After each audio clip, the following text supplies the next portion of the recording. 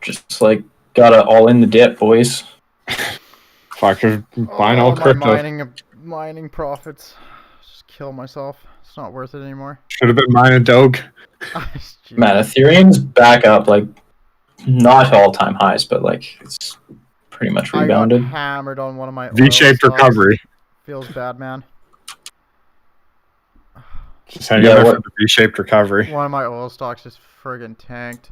Like I'm still massively on it, but it's like as long as you don't have cash, because cash is fucking might as well be Venezuela bucks.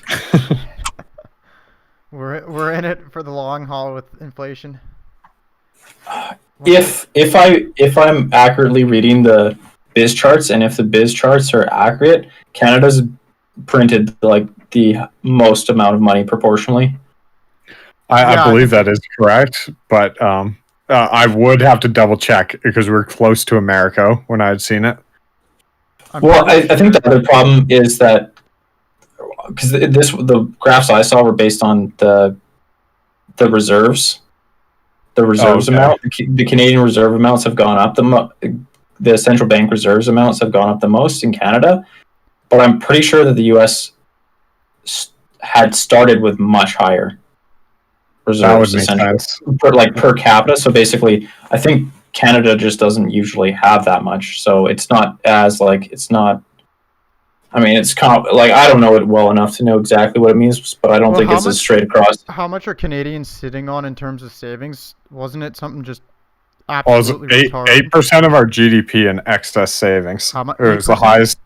8% of GDP in excess savings, which was the highest per capita or as a percentage of GDP. It's just not that much, though, man. Like that'll get blown in like 3 months. Yeah, but that's kind of what people think. Like the obvious trigger for inflation could be is spending money like that. You have a whole bunch of excess money chasing not enough goods, right? But that wouldn't lead to sustained like aggressive inflation though. Like people spending a few months, especially when it's going to be on social shit, I think, right? Like, well, that's the thing I don't know. Like people are saying like, oh my god, there's going to be hyperinflation, but like this is the time that there's been like the least amount of like ability or least amount of things to spend money on, and even those things haven't like hyperinflated. So it's kind of, to me, it's like, I don't know. Yeah, people aren't already spending it when they could be, right? I think they're probably still saving at this stage because the future is still quite uncertain. But no, I don't really get the argument of hyperinflation. Looking at what I know about it, it's like people just draw some parallel lines with Weimar Germany and say this means hyperinflation's coming. Yeah, that's classic biz, though. Well, it's classic Burry. He's also a little crazy, so he might be on. He isn't where he gets all his trading ideas. He isn't certain that hyperinflation's coming, but it's a distinct possibility. He's certain of inflation being higher. Well, sure. that I'm pretty sure of. I'm pretty sure there's going to be a few years of sustained, like higher than, like we've lived in like an extremely low inflationary environment for like the last 20 years though. So, I mean, it may go from 2 to 5% or 2 to 6% or something for a few years, but I just don't see like 200% inflation as or 2,000% inflation as like a thing. I feel as though it's not 5% is kind of what I've got in the back of my mind as my assumption. And it'll probably vary. Or go buy some land, boys.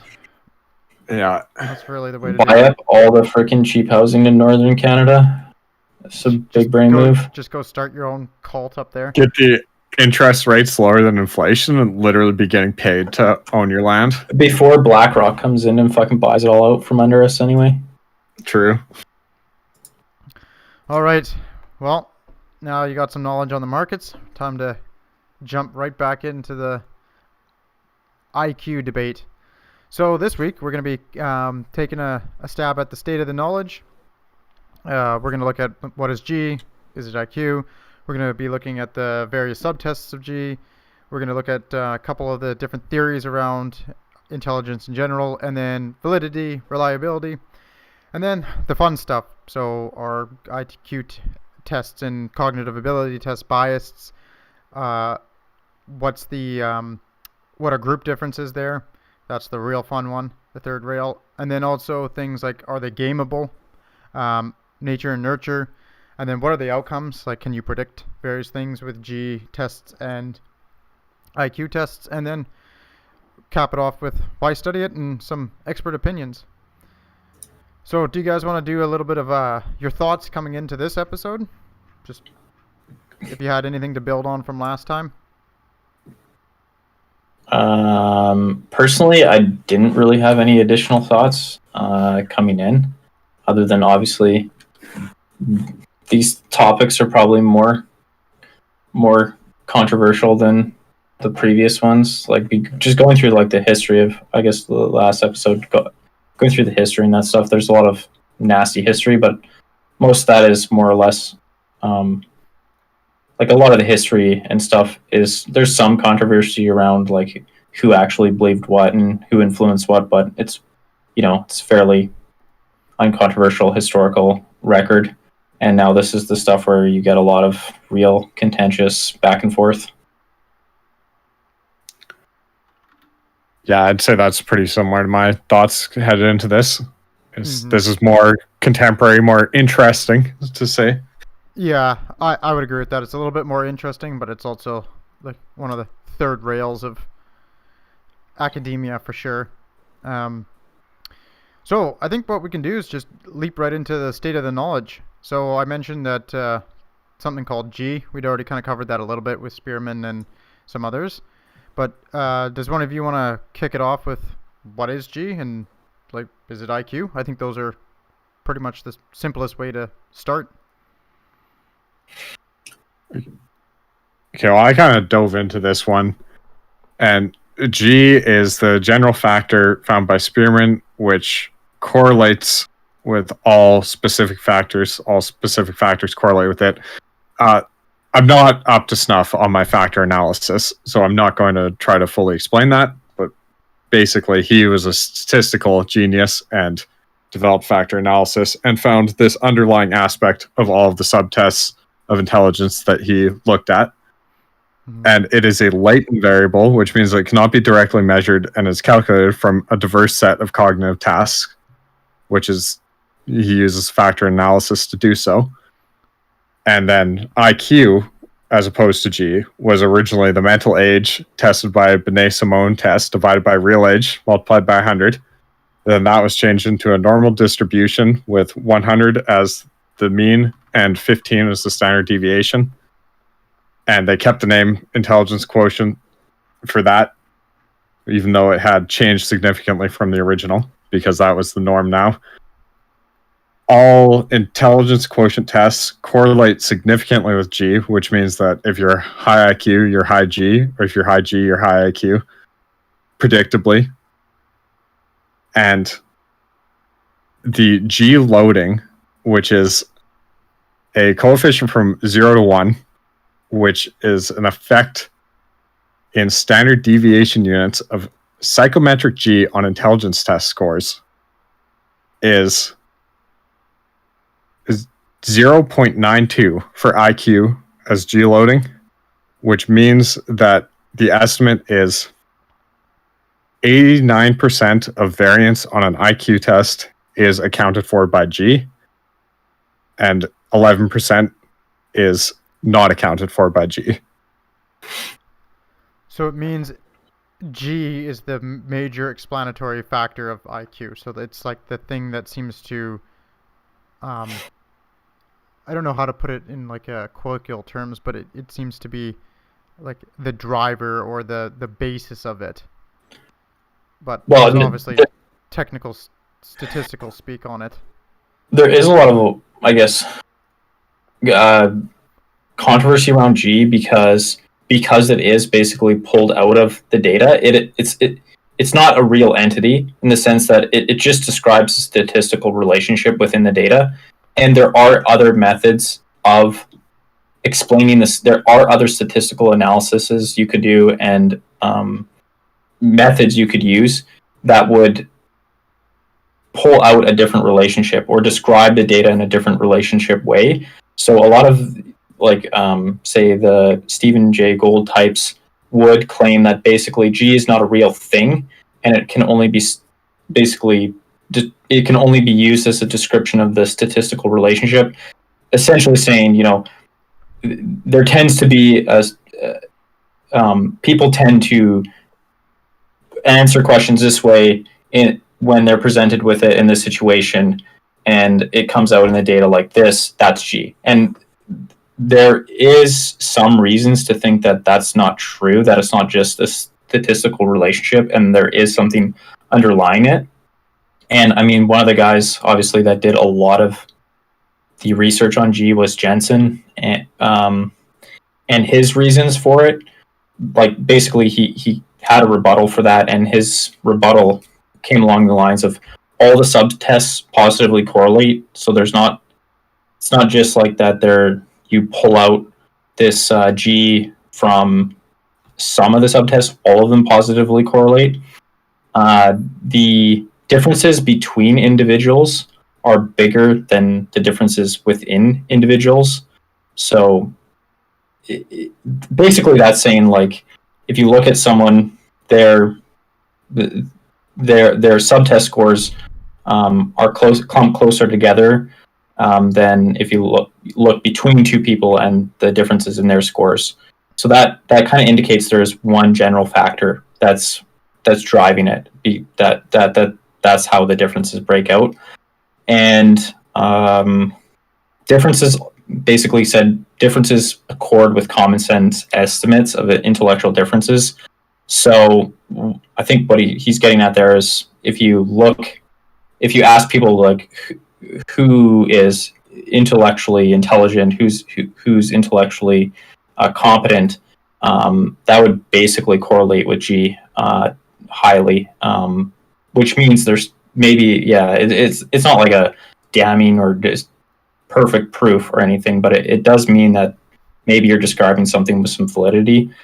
And G also significantly correlates with just reaction time tests. That was another thing he noticed. So there might be something there in terms of just something to do with basic speed, essentially.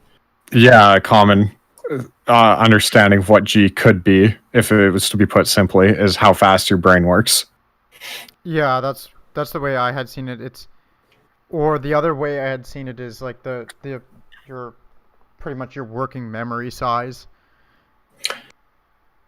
Yeah, it's been described in different ways. I think it was Spearman who said it was power, essentially, or you could conceptualize it as power of basically work over time of the brain, or energy of the brain. Yeah.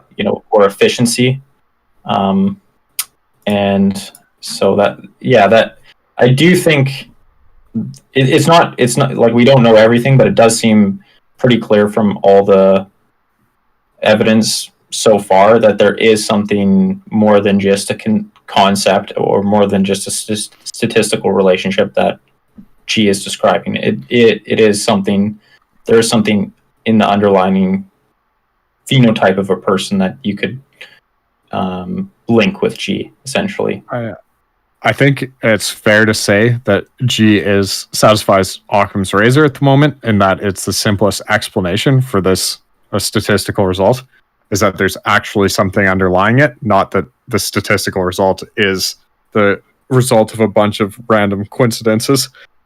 The interesting explanation I had seen for G, although I've read that it has not demonstrated empirical validity in a few tests that they've tried to show it, is the idea that it could be developed after the fact, in that people borrow from their other positive mental faculties to develop their mental faculties, such that when a young person would have a lower score on G because they hadn't developed it yet, and if they were intelligent, their G would develop as they use their intelligence in one area to work on other areas. But unfortunately, while that's an interesting solution, the evidence so far is that G is pretty well established by at least the age of 2.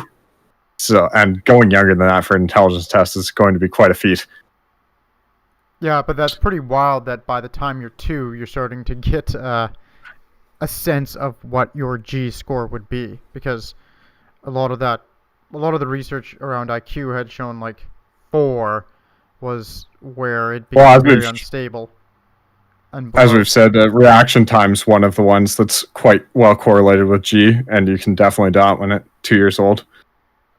It's interesting that holds throughout the life of the person. Well, that is one of the most well-established facts in intelligence research, is that it can be reliably measured, and the rank order that it establishes is stable across the lifespan. And the reason that, to quote the rank order, is basically it's saying that if you're in the top of the distribution when you're young, you're likely to be in the top of the distribution when you're old, but your intelligence does decline as you age. So when you're older, you're obviously, compared to young people, are not going to be as intelligent as them, generally speaking.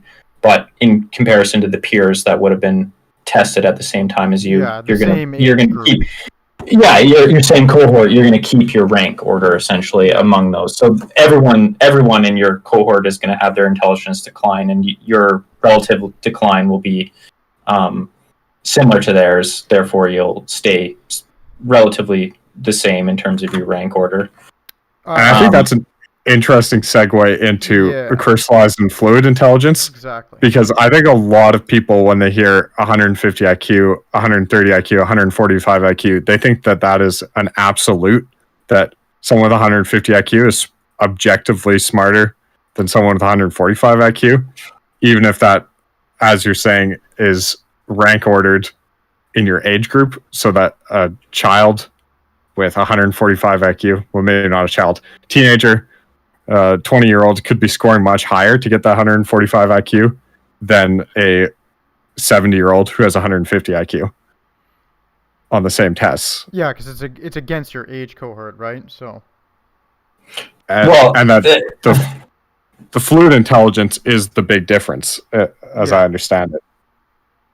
Well, I guess we should go into that, and that also brings up subtests. So intelligence testing is not just one. It's not just one test that's test one skill intelligence. It's usually made up of distinct tests of different specific skills, essentially, and that's where like we said, the G comes out, in that the G plays a major explanation in your performance on all those different tests. And just to give like an idea, there's for one of these IQ tests, I think this is the Welsher number 4. They have 4 components, I guess: verbal comprehension, perceptual reasoning, working memory, and processing speed. And each of those is made up of a varying number of subtests. So like verbal comprehension, there's similarities, vocabulary, and information tests that are done to get your verbal comprehension. And to bring that back to fluid versus crystallized, fluid intelligence essentially can be thought of as your like global capacity to reason and learn and think abstractly. It's like your ability to solve a problem without prior existing knowledge of that problem. So when you get, like a math problem that you've never seen before, and that's where your fluid intelligence is going to come into play, where you think abstractly about it, you try different things in your head, and you try to solve it. Whereas crystallized intelligence is essentially your prior learning and experiences, your set of accumulated facts. And so something like, say, verbal vocabulary test is much more crystallized intelligence test, because your vocabulary is something you accumulate and continue to usually accumulate throughout your life. And the big observation in fluid intelligence versus crystallized intelligence is, in general, that fluid intelligence peaks relatively early in your life, around 25, kind of 25 to 30-ish range, yeah, and then it starts declining. And different components of that, there's actually evidence that different components of your fluid intelligence peak at different times, and then crystallized intelligence generally peaks much later in your life. Different components at different times, but usually in the 40 to 70 age range. But they both decline. There's also another component of that, like another overarching component of like the fluid and the crystallized, and that's just like the raw speed is the way that they measured it, and that peaks even earlier than the fluid and declines much quicker. So that one's I think that peaks like early-ish 20s and then starts dropping pretty damn Is that fast. not just reaction time? Like That was like, I don't know exactly how they defined it because the source that I read didn't go deep into it, but it was just kind of assessed as like just operating speed almost is the way that it seemed. But I think the way that they were measuring it primarily is like the actual reaction time. because I have seen a lot. Obviously, reaction time starts declining at a young age relative to everything else. I think that was the way that they were measuring this one. And also, like, you should note that they interact, right? Like you can use your fluid intelligence to then take your crystallized intelligence to solve other problems too, right? Like that they're not independent of each other in a sense, but they are kind of like broad strokes, different functionality of the way that your intelligence overall works.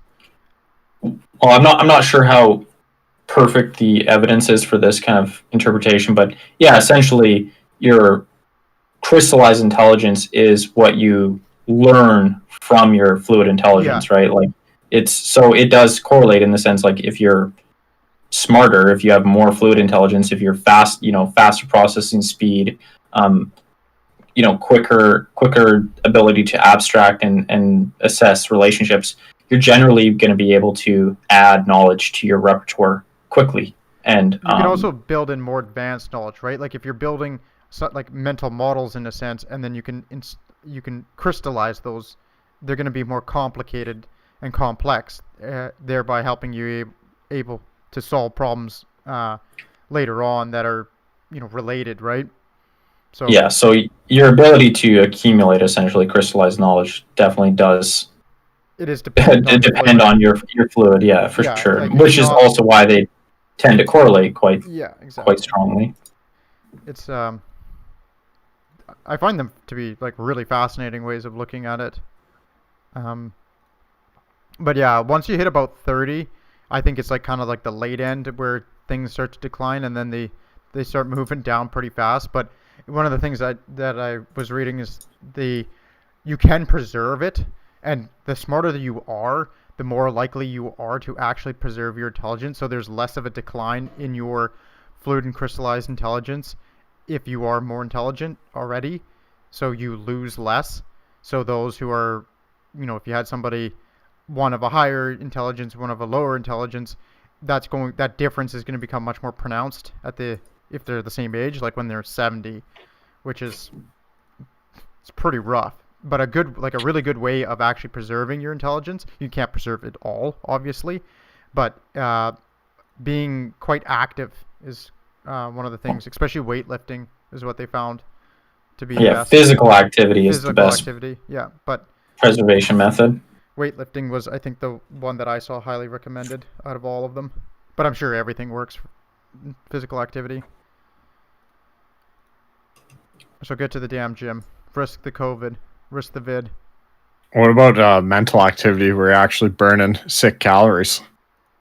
Like the chess masters who burn 6,000 calories playing chess. I feel like that's got to have some positive effect. I would imagine. I don't know how many studies that have involved just Magnus Carlsen have happened, but I think by far the most robust predictor of retaining intelligence has been. I think they have tried mental activity essentially, but the physical activity is actually just every time is proven to be more preservative. Everything I've seen has indicated that. Anymore. Well, you can be skinny and not have any physical activity. Exactly. That's you true. Can be. You could just be a twig on. Thank God I'm not fat and not super skinny anymore. Still doomed to a life of low IQ myself, but at least it's not going to be quite as bad. Well, you are a boomer, so exactly. You're already on the it's already happened. steep side of the decline. Just call me Joe Biden. Yeah, you and Joe get along. You don't know where we are. aside from like those issues, I think another thing that I mean we've already touched on it, but obviously reliability and validity of intelligence testing. Reliability is just, it's extremely reliable, I guess. Is everything I've seen about IQ testing.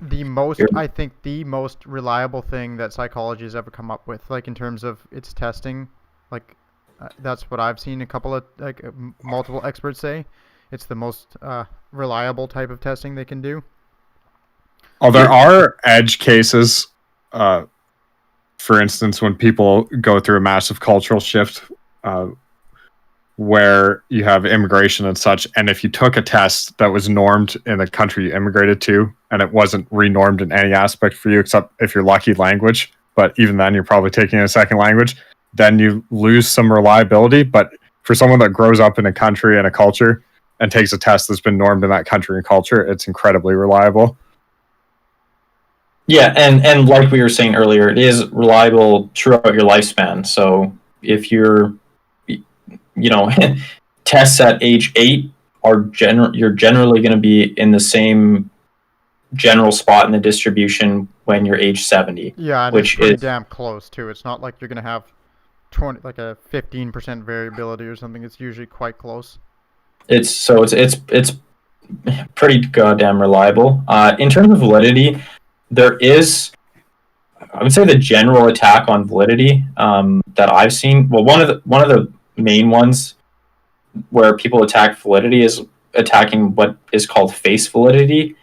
So in psychology, face validity just means like taking a common look at the face of it. Does it make sense in terms of like a valid measure of what you're trying to measure? So a lot of the time people will basically cherry pick specific questions from intelligence tests, and then they will mock them for saying like, oh, how could this possibly be related to intelligence? Like, it just, this clearly is just face invalid because I don't think that this is what human intelligence really is.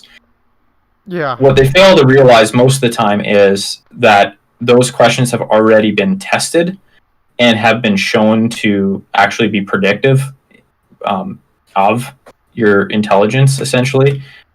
So they do like pilot testing and pilot studies to get an idea of which items actually are predictive. And so generally those questions that they point out as face invalid are actually usually valid.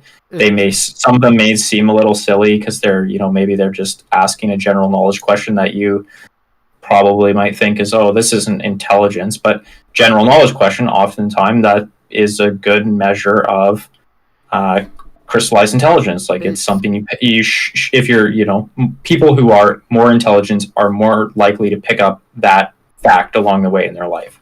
It's almost like intelligence researchers are intelligent and they think of these things and they don't just randomly cram shit into their tests. Now, maybe there might be like if you see the test on, some garbage website, like, try your IQ here and get your score. Yeah, okay, your Facebook test isn't going to be valid, but this is something that I actually ran into. Like, people, one of the arguments, and this is literally from, like a encyclopedia.com. Like, it's a pretty reliable website, and that was one of their major points was, oh, well, you can't use intelligence testing because people from Africa aren't going to know what an umbrella is if you ask that. And it's like, well, they're not asking unless the researcher has completely lost his mind, they're not going to be asking such a question to somebody who's never, seen an umbrella, right? Like, they're going to make sure that it's normed within reason. Like, you can't just take that, you're not going to just take that IQ test that has those types of cultural questions and then, like, start asking, Americans some question set normed on words in Hindi. Like, of course not. But that is one of the big attack lines I've seen cropped up in pretty reputable sources, which I found rather bizarre. Well, and there's kind of two sides to that line of attack. Like, as you're describing, it can be used quite disingenuously. on the other hand, it can also be accurate depending on which questions they're using that the people wouldn't know the answer to. Because if you want your IQ to predict intelligence, and intelligence predicts performance, so simply put, in the early days of intelligence researching, they would often validate it against students, especially university students, and look at levels of academic achievement. Now they've got enough statistical data to really validate it against itself, sort of, and it still correlates incredibly highly with academic achievement. But you wouldn't expect someone who couldn't answer 5 times 5 to do well in American education, even if that tribe in Africa had never invented multiplication tables. So it doesn't actually matter in that specific instance that they've never learned it. It's still a fair question because they still wouldn't have a high IQ, because IQ is supposed to measure how successful they'd be in the real world of America. If you're talking about an American IQ test, it's not supposed to measure how they're doing in Africa, or it would be an African normed test, and then they wouldn't have that question on it, right? So, yeah, it's a kind of a sneaky little way that critics will go about saying, well, oh, this It's test, a straw man is what it is. to a certain extent, yeah. Although I think it's more, they're saying it, because it's not a universal test, it's not useful, is essentially the argument, which again, no intelligence tester worth their salt will ever say that intelligence tests are meant to be universal. It's not like there's one test that you can administer to everyone throughout the entire world and then just determine who's the smartest person. Yeah, it doesn't work that way. You didn't, that's definitely not how it works. So, well, they have tried with Raven matrices, but those don't give a IQ result unless I'm mistaken. But they have tried to make a universal intelligence test, but they haven't yet achieved it. I don't, again, I'm no expert on all the different tests, but I think almost all intelligence tests rely on multi-sub test, comprehensive tests. So I don't think you would typically be able to get an IQ score out of a single factor test. I don't know. No, I don't think so either. That's why I don't think that the Raven matrix results in an IQ score. But it's a long sought after goal, which is still very out of reach to come up with a universal IQ test. Exactly, and any individual that knows the science knows that the science understands that it's out of reach, right? Yeah. I just want to interject there, is because a lot of people, they think that, okay, well, you can just, or if they run into the websites that shows rank order of IQ across the globe, and they think, oh wow, look at this. It's like, well, those are tests being given out that are not, like, it's a disingenuous use of it. And so there is some point in people saying, hey, you can't just take this test and start willy-nilly throwing it out to everybody across the globe and thinking it's going to be appropriate. And so I think the actual scientists don't do that. Well, I think those comparisons are, it's depending what you conclude from those comparisons, right? Where that's where the rubber meets the road. Like, those comparisons are not meaningless and they're not invalid if they're if you give a properly adapted intelligence test in Canada, and then you go and give one in South America, you can compare the countries. Again, another something properly transferred to South America norms. You can compare those results in a meaningful way. It's just what you conclude is not going to be what most people like. What the critics will point to is like, oh well, you can't directly compare them, and no, not necessarily, but you can definitely still compare them in some way, shape, or form. But another component of validity that I see all the time, and this goes back to like the education argument, is basically the predictive validity of intelligence tests isn't there. Like, intelligence tests, IQ tests, are simply, the critics will claim, this is, I think, a strong summation of what they would claim, is basically that an intelligence test essentially tests your ability to take tests, because school, and that's why there's a strong correlation with school, because school is essentially just test after test after test. That's how you get your grades. Therefore, yes, intelligence predicts, educational attainment and your performance in education. No surprise, these are all just a collection of tests that are arbitrary, essentially, right, in the minds of the critics, and therefore you're just testing ability. And the best quip to respond to that with is yes, and life is just an IQ test. True. It's like yes, it's testing test taking ability, and life is just an IQ test. Because it does correlate with almost everything you want as successful life outcomes. That's what I was going to add is, if it was the case that IQ was only predictive of educational attainment and basically everything else was zero correlation, that argument might hold some strong water. But the actual information out there is that intelligence correlates strongly with all sorts of positive outcomes in life, such as health. Like, health is a huge one.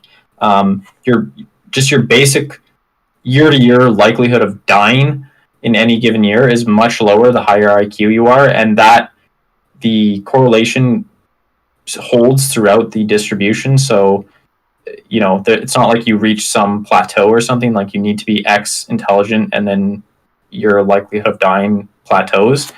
The more intelligent you are, the less likely you are to die, just across the board.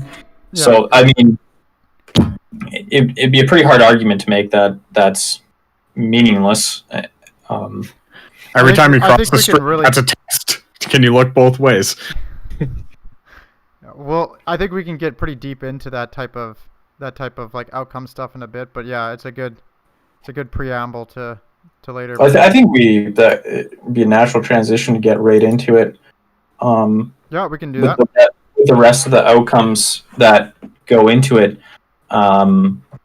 We talked about health. Another one that is, I think, probably the most damning in terms of IQ is just a test to test your ability to take tests, is job performance. So whether or not you use someone's third-party rater or coworker rater, or whatever method you use basically to rate job performance, the outcome is always the same. There's a high correlation between IQ and job performance, and the more complex the job task, the higher the correlation. And it's pretty noticeable step up as you go from low to medium to high complexity, going from about I believe about a 0.2 up to a 0.6. So basically, meaning IQ at the high end explains between 35 and 40% of the variability of job performance for a complex task, which is very significant. That's a huge amount of the variance accounted for by one measure. So a good addition to that is when you actually look at the other things that you would expect to predict job performance with, so stuff like biographical data, interviews, that type of thing, just to give a comparison to the cognitive tests. So one of the big studies that was done showed that cognitive testing had a 0.53 correlation with job performance, and then the next biggest one was 0.37 was biographical data, so getting a CV and going through all of that. And then so what you would think is, interviews would be pretty high, but they were only 0.14, and then college grades were 0.11, which is actually a lot lower than I would have thought. But it just shows that your cognitive ability is a pretty damn good predictor, and they found this not just in the the private sector, but the military did a whole bunch of testing in the United States. So they would test their armed forces. So they had the armed forces qualification tests, and they found that they had about 0.58 to 0.67 validity between their test results and then their actual training success on their various types of so they have big broad categories that they assign people, so mechanical, clerical, electronic, and general technical. That's where they would put the their armed forces, and so there was a very high validity between their test and that armed forces qualification test is essentially a form like a IQ test in a sense. It's just their own version of it.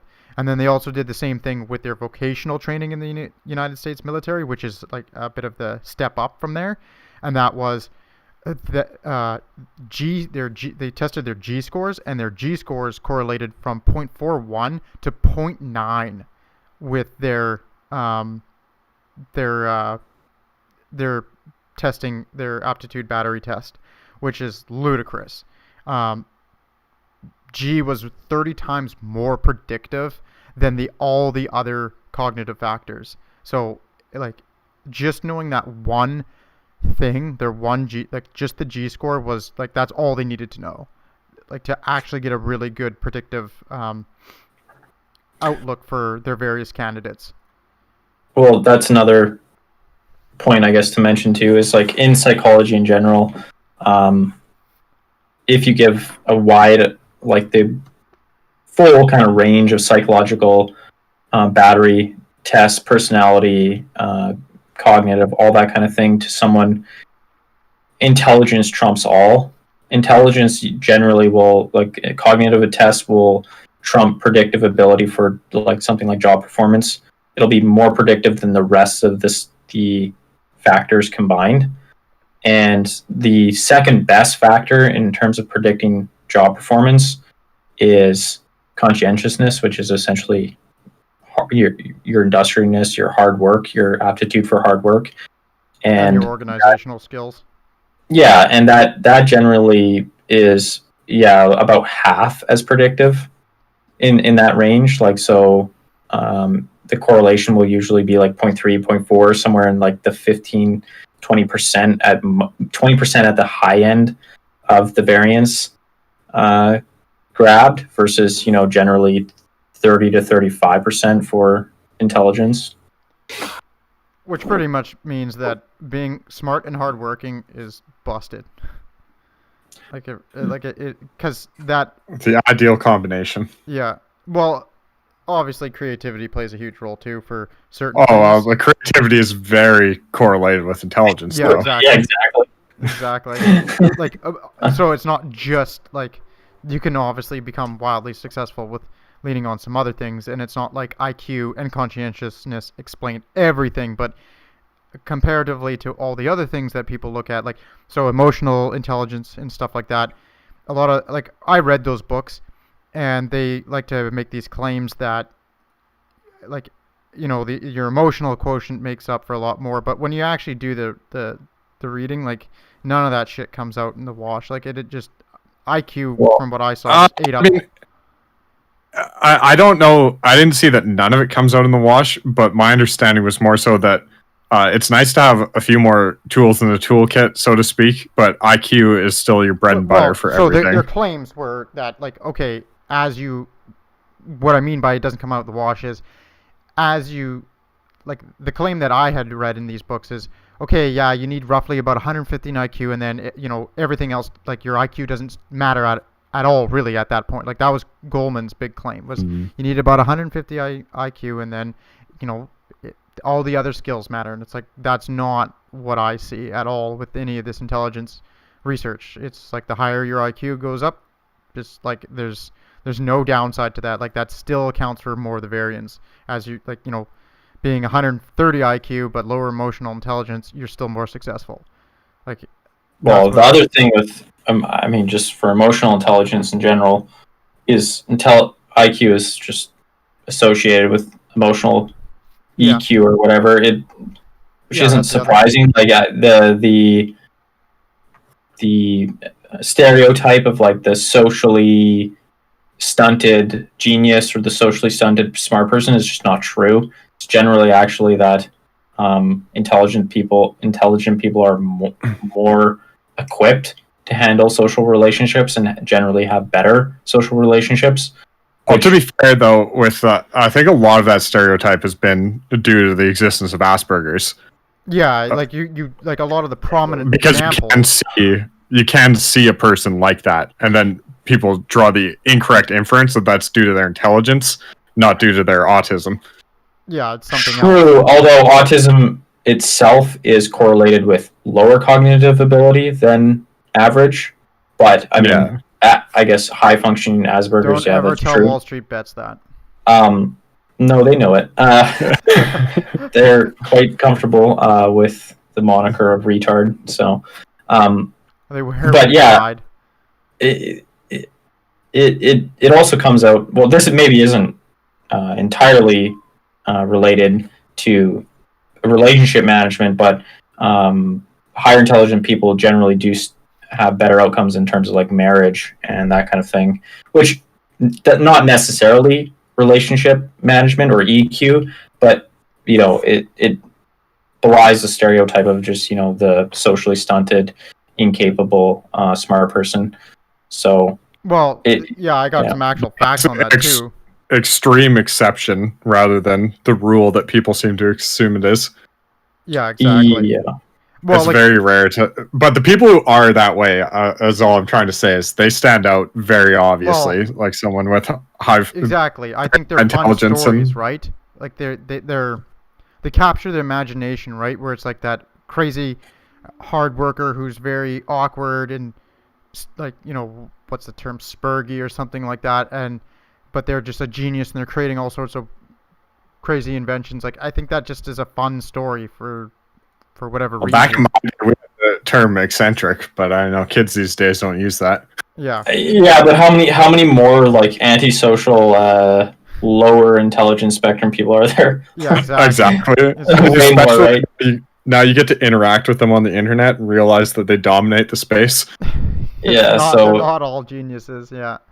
But I got some like interesting stats on like marriage and children when it comes to IQ and cognitive ability, as the term was, but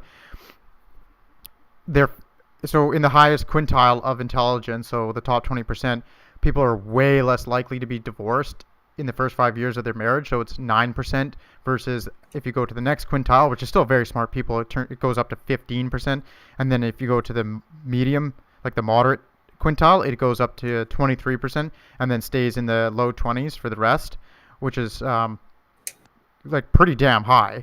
So you go from a 10% chance of marriage dissolution to 20%, which like that's not a doubling, is nothing to scoff at for sure. Quintile is kind of a strange way to look at intelligence because quintile includes a large.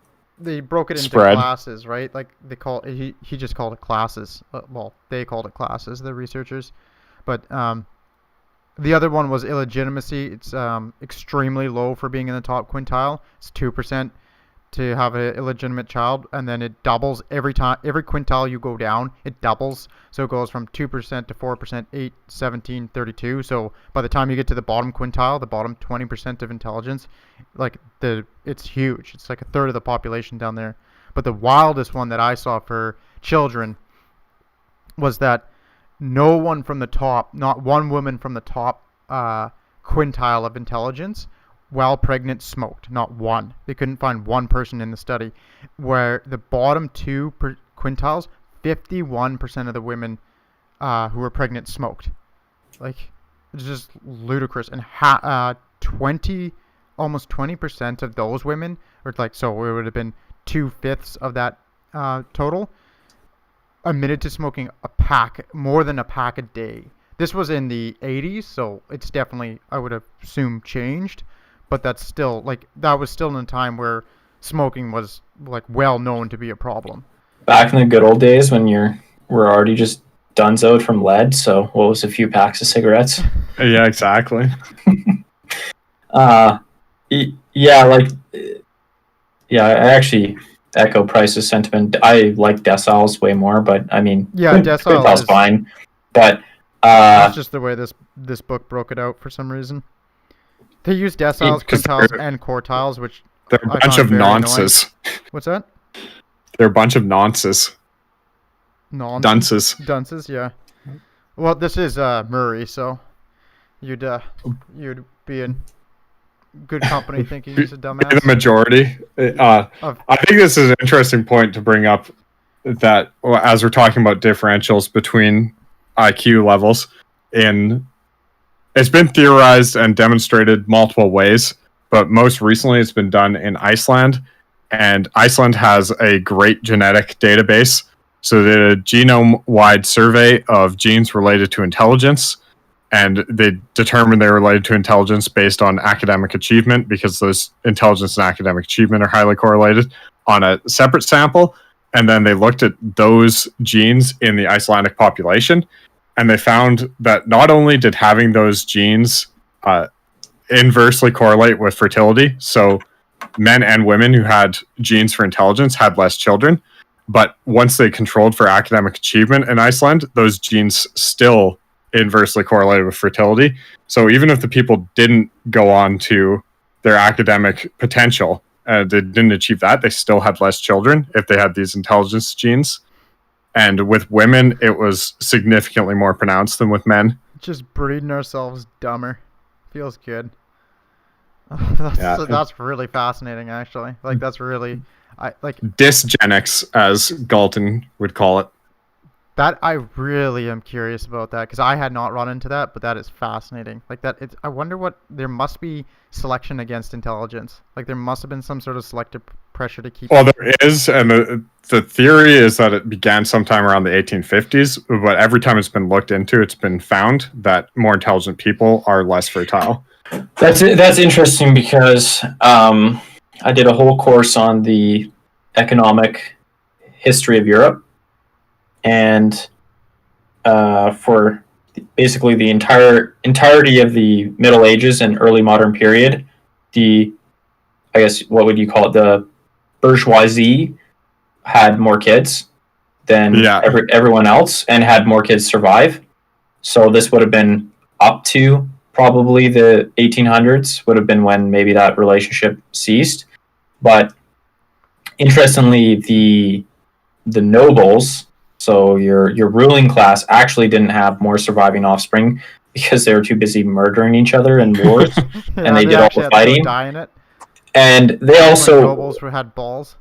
Well, and nobility didn't really correlate with intelligence, pretty much, because it was divine right, it was birthright, and a lot of them were a bunch of Habsburg. And lots of inbreeding. Yeah, Habsburg chin inbred fox, so not great for intelligence perspective. But the merchant class, who were the most prolific in terms of fertility and survivability of their offspring, they were it would have been correlated with intelligence. Obviously, like that would have been something quite, being intelligent would have been quite useful in your rise and fall as a merchant. Although another interesting thing that came out of that was, oftentimes it wasn't the fortunes of those families, I guess, were not long lived, because it was a time where high fertility basically meant, you had 6, 7, 8 kids and you're a merchant. Your inheritance would have been dissipated between a large amount of them, and the number of, basically, as the generations grew, the amount of kind of well-off people stayed the same in terms of percentages, and the population outpaced the population growth, outpaced the growth in the well-off merchant class, essentially since the bubonic plague.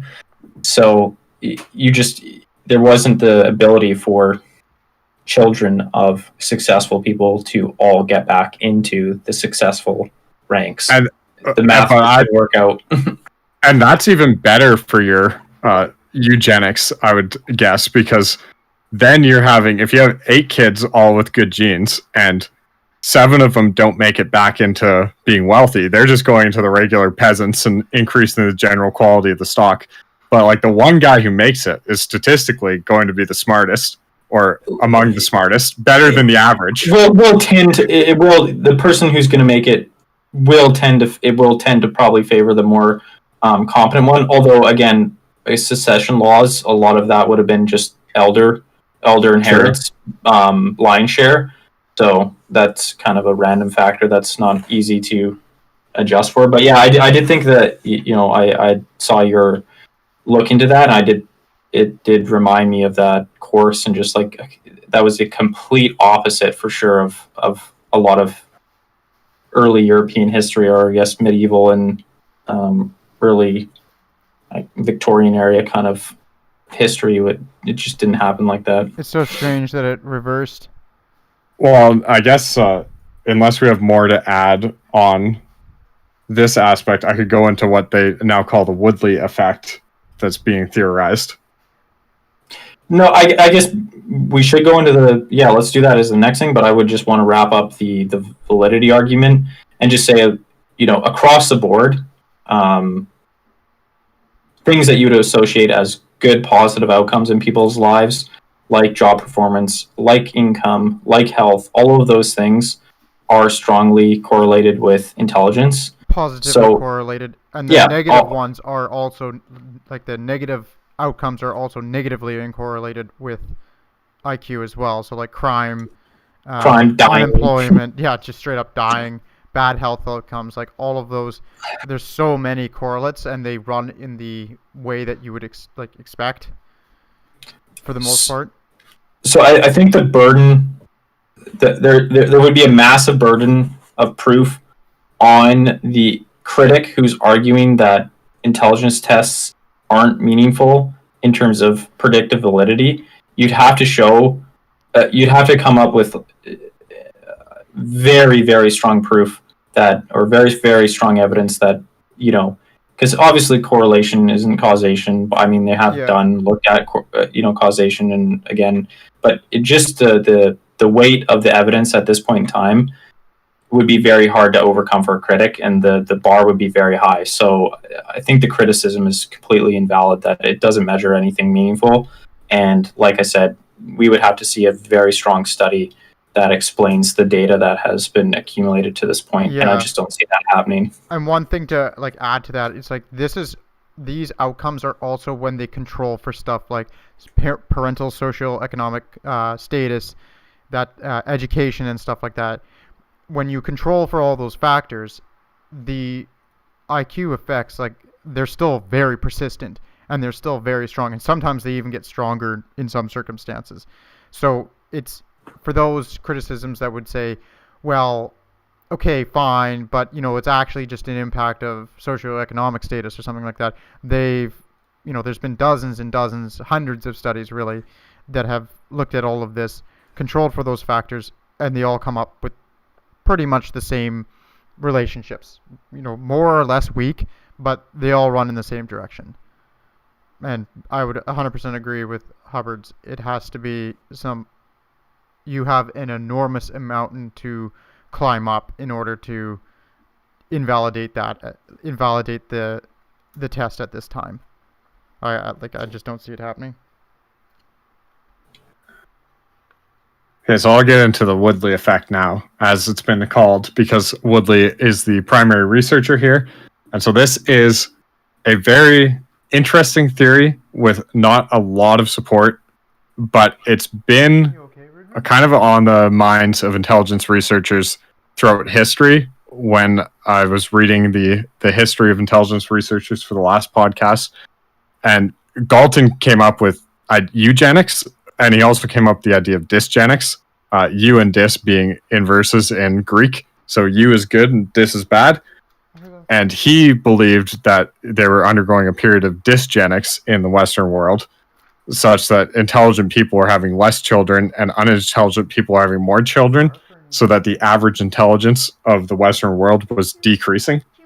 And this was a common thread from Galton up until most researchers, probably to the 40s, believed this to be the case. So a lot of the Americans that were big proponents of eugenics, they thought that barring some strong action taken to prevent dysgenics, such as eugenics, that society was going to collapse into an unlivable, uncivilized hellhole because everyone was becoming less intelligent. And they correctly surmised that intelligence and crime are inversely correlated, so unintelligent people commit more crime. But what they didn't realize, and what was found in the 50s, was that when they studied intelligence test scores from the 1900s to the 1950s, intelligence had actually been increasing in that time frame. So that kind of threw the idea of dysgenics into the backseat. Like, obviously it wasn't happening, so people stopped worrying about it. But this recent research in Iceland, as well as some tentative speculation about how genes work on a more knowledgeable basis, now that we have a better understanding of biology, has estimated that we are in fact losing intelligence genes, which should correlate to G, while at the same time gaining IQ, which is what is known as the Flynn effect for the researcher who has conclusively demonstrated that IQ has been going up for about 100 years in most places in the world. And the theory there is that the genetic component of intelligence, and this goes back to Binet, who theorized that most people have a genetic ceiling on how intelligent they can be, and almost nobody is near that ceiling. And this seems to be bearing out in the modern world, in that the genetic ceiling should be decreasing on the population as a whole, because smart people are having less kids, but intelligence of the population as a whole continues to increase, and that appears to be heavily environmentally influenced because of mandatory education and better nutrition and better healthcare. We live in a much more stimulating environment. So the Woodley effect proposes that the underlying genetic intelligence has decreased between 10 and 15 points in the last 100 years from about 1900. And that is at the same time that phenotypic intelligence, which is the actual expression of intelligence you measure in an IQ test, which is an interaction between genetics and environment, has increased. I actually can't recall the number for the Flynn effect off the top of my head. Well, a decade. I can throw that in. The verbal component has been noted as about 3 points a decade for the last 5 decades, and the nonverbal is estimated at slightly at higher than that potentially. It's a little less clear, a little less evidence, I guess, but it's a bit higher than 3 points per. And actually, interestingly enough, Flynn did in one of his books talk about dysgenics, and he seems like a pretty progressive guy. His basic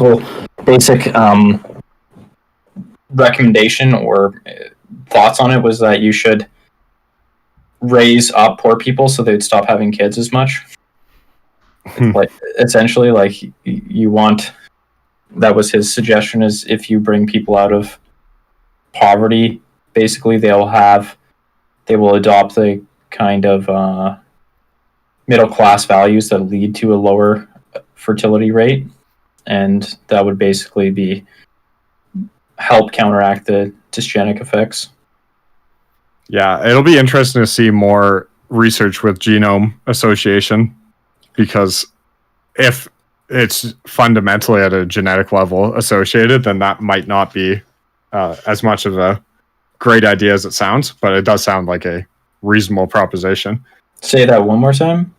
So if the genome association studies, such as done in Iceland, show that fertility is heavily linked to certain genetic markers that are also linked to intelligence, then maybe just raising people out of poverty won't have the same fertility effect as you would expect based on the environment.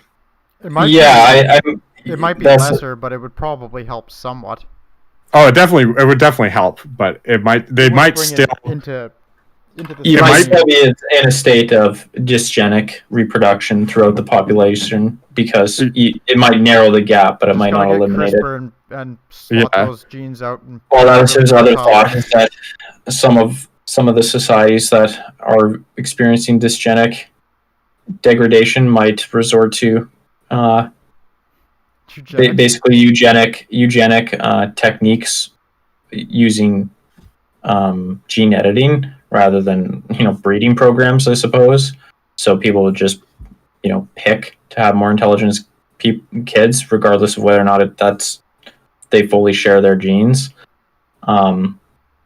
Which you could definitely see, I you know, you could definitely see a future where that happens. I don't think it's out of the question. Yeah. Well, the thing is, from a value proposition, any government in the world would be out of their mind not to support that, because more intelligent people cost the government less money and make the government more money. So it's just a across the board net positive. The big downside being moral issues that will arise. Exactly. Like, Gonna turn into altered carbon. well, you could also imagine the scenario where the people most, I would say, I imagine the scenario where the people most opposed to genetically modifying their kids are probably the ones that are also most likely to be contributing to the dysgenic. The ones Yeah. in need of doing so.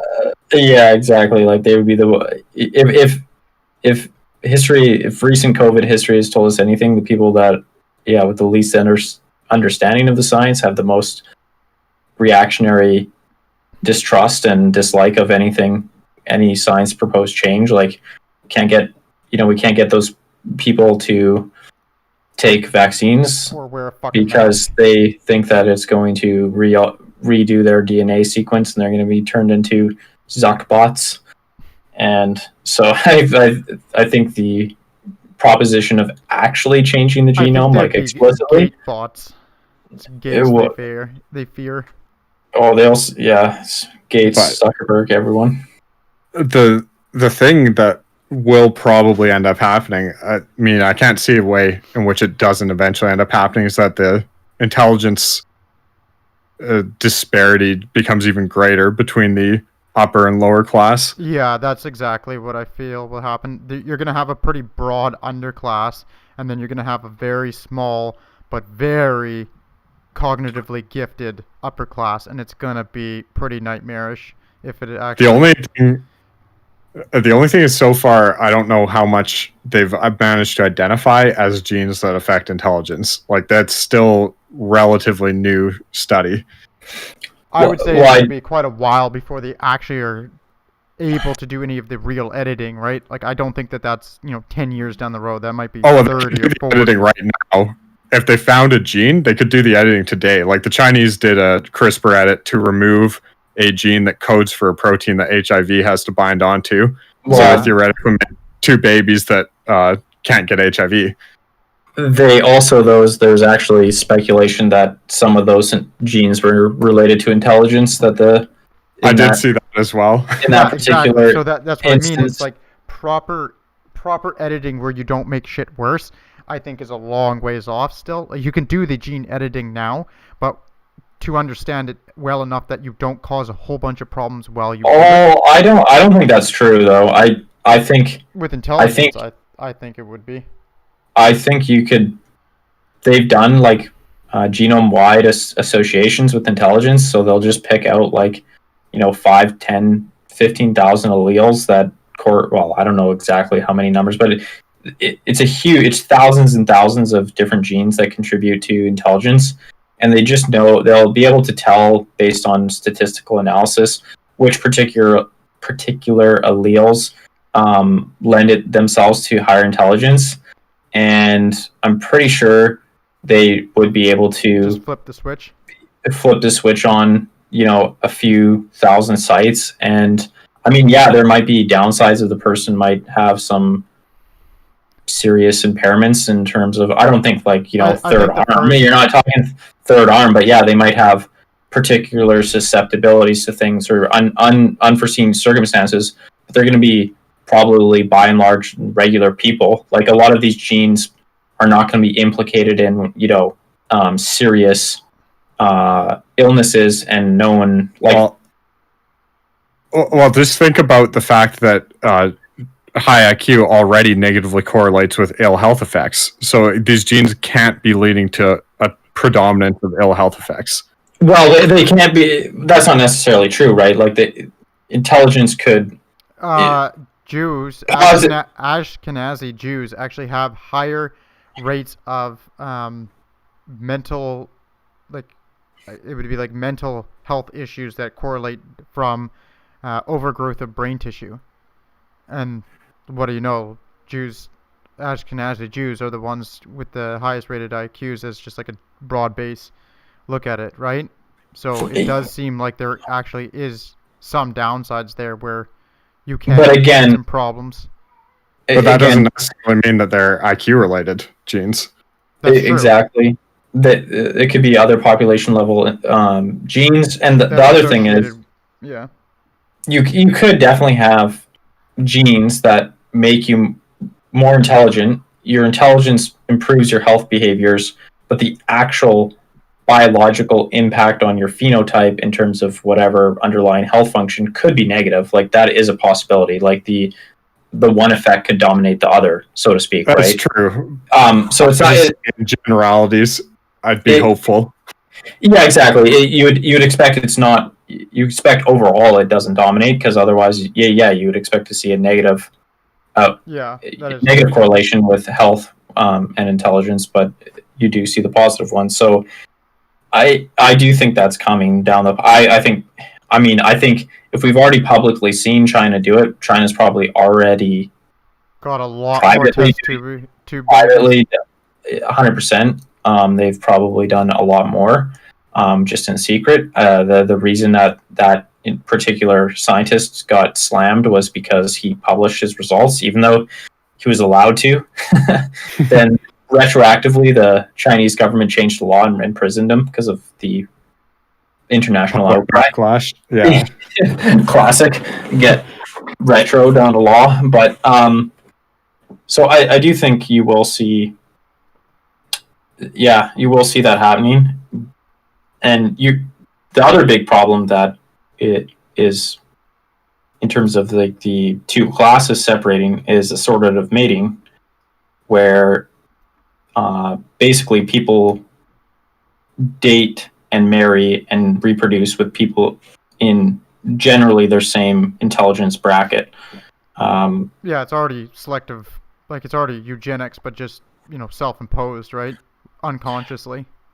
Yeah, it's people generally, they go. People who go off to university and go into university generally that's where they're gonna meet their future spouse.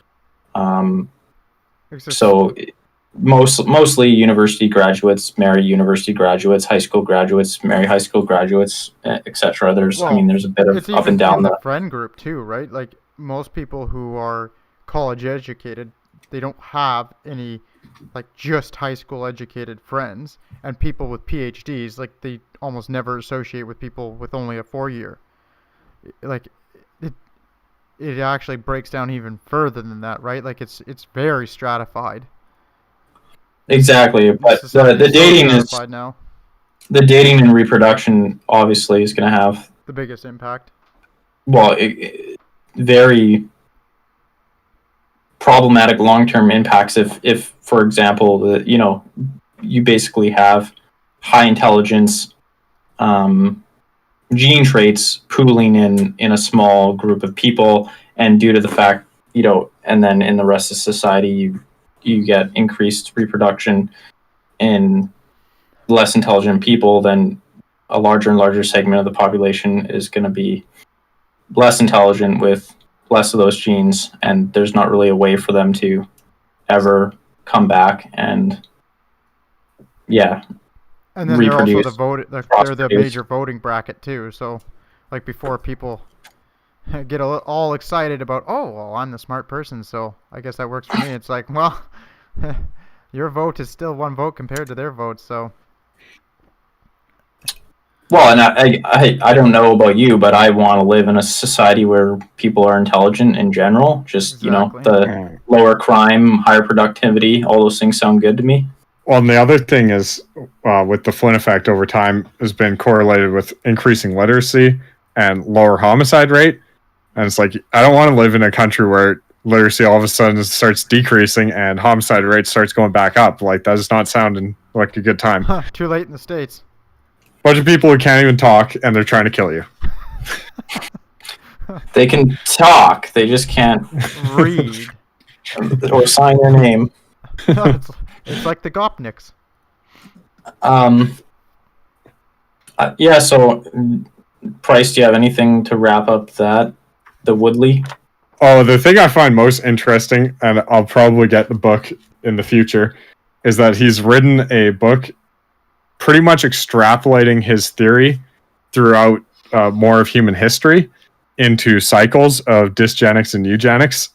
As you were mentioning, he thinks that between around 1400 and 1850 was a eugenic period for genetic intelligence, and then the Dark Ages were dysgenic, and he goes into Rome, where the Republic was eugenic, and then the Empire was dysgenic because they got soft. It's almost a codified version of the hard times make good people who make good times who make soft people who make hard times cycle, Yeah. as a theory of genetic intelligence, which I find quite fascinating and intend to read more on. But it is all quite speculative and hinging on the research of only a few peer-reviewed articles. It is a I guess really interesting theory. My last point there is just for people who are completely skeptical of like intelligence or genetics having an influence in that short of time. It's not impossible. Just due to standing variation in the population, essentially, if you have 25% have allele A and 75% have allele B, if there is a fairly substantial environmental change that favors allele, say A, rapidly that allele can be selected for, and within a few generations, the prevalence of that allele can increase fairly substantially. It doesn't in 5, 10, 15 generations. So, hundreds of years in human timescale, you can actually have a change in the prevalence of a already existing allele that's meaningful to the genetic makeup of the population.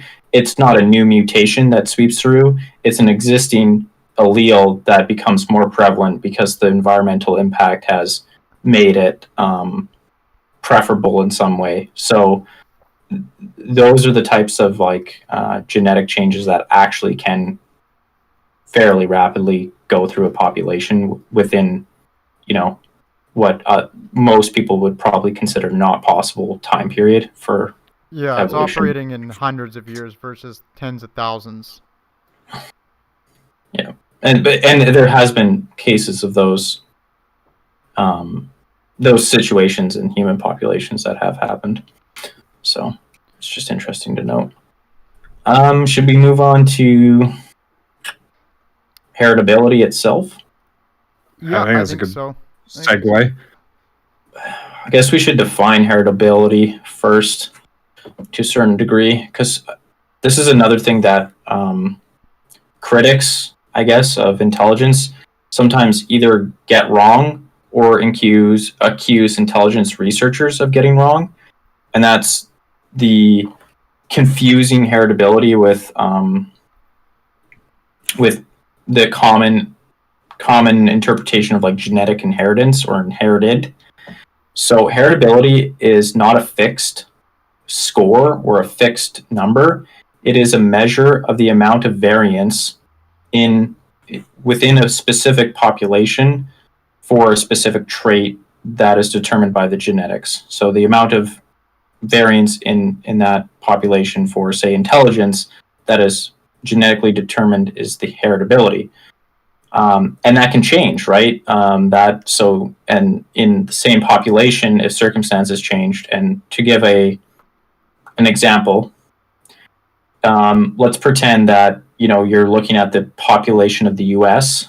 and you're looking at intelligence, and in the say when you first do the intelligence testing, you get a heritability measure of 0.5. And that would mean the environment is the other half of the variance. So half the variance is genetic, half is environmental. Well, let's say that there was some sort of parasite that infected some people but not others, that really reduced intelligence in the people that it affected. And they came up with a cheap common cure for that parasite, and everyone took the thing, and that parasite no longer existed.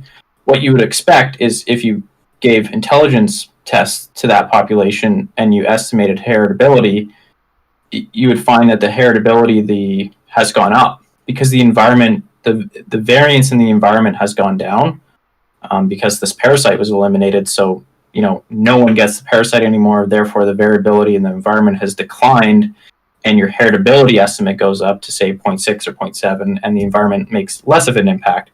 And has nothing to do with the genetics of humans changing, nothing to do with how much intelligence you quote unquote inherit for an individual. It's just the elimination of an environmental factor that was causing high variance is eliminated.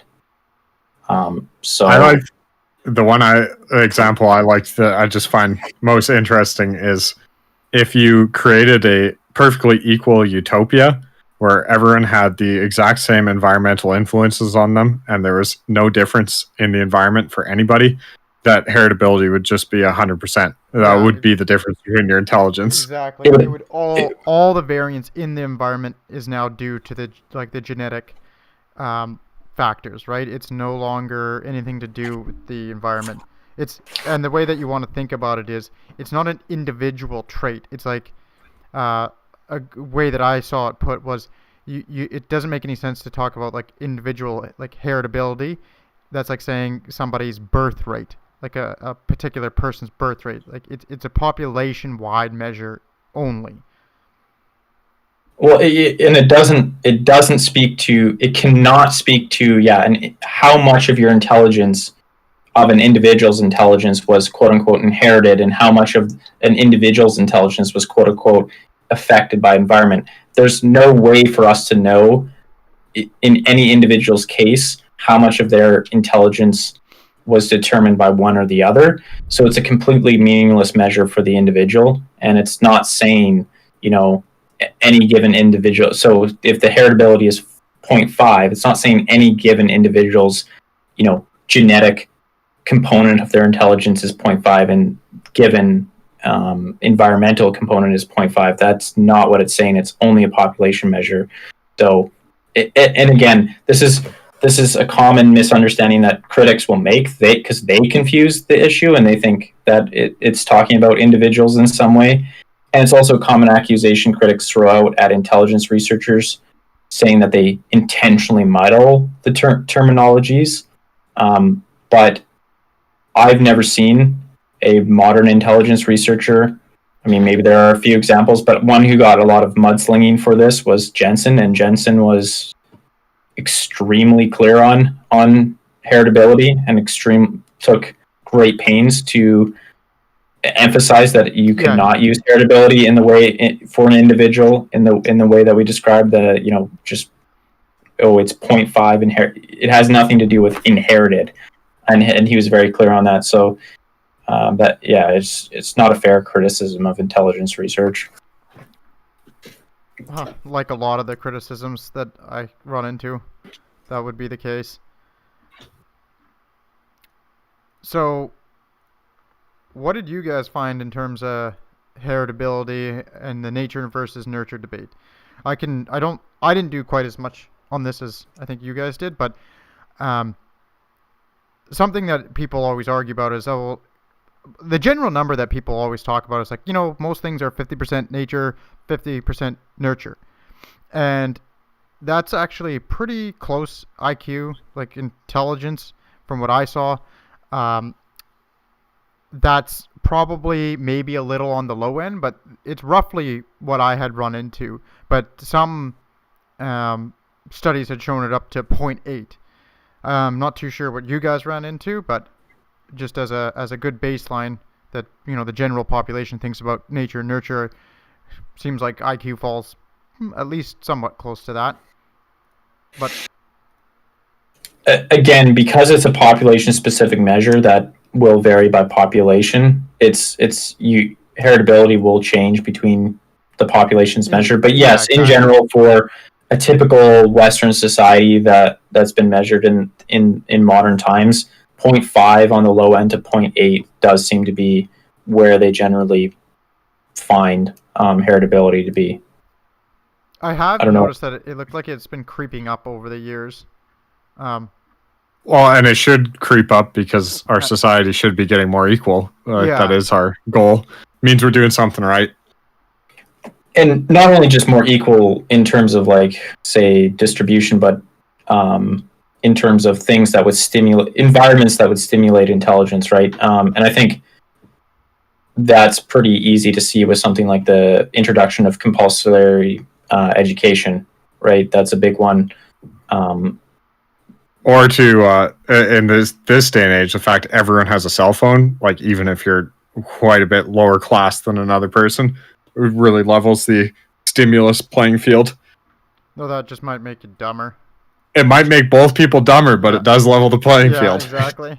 Yeah, it would be hard to argue that you don't have access to information in this day and age, or that access to I guess it would be very hard to argue that access to information in 2021 is less equal than access to information in, say, 1600 or 1500 or whatever. So yes, you would expect.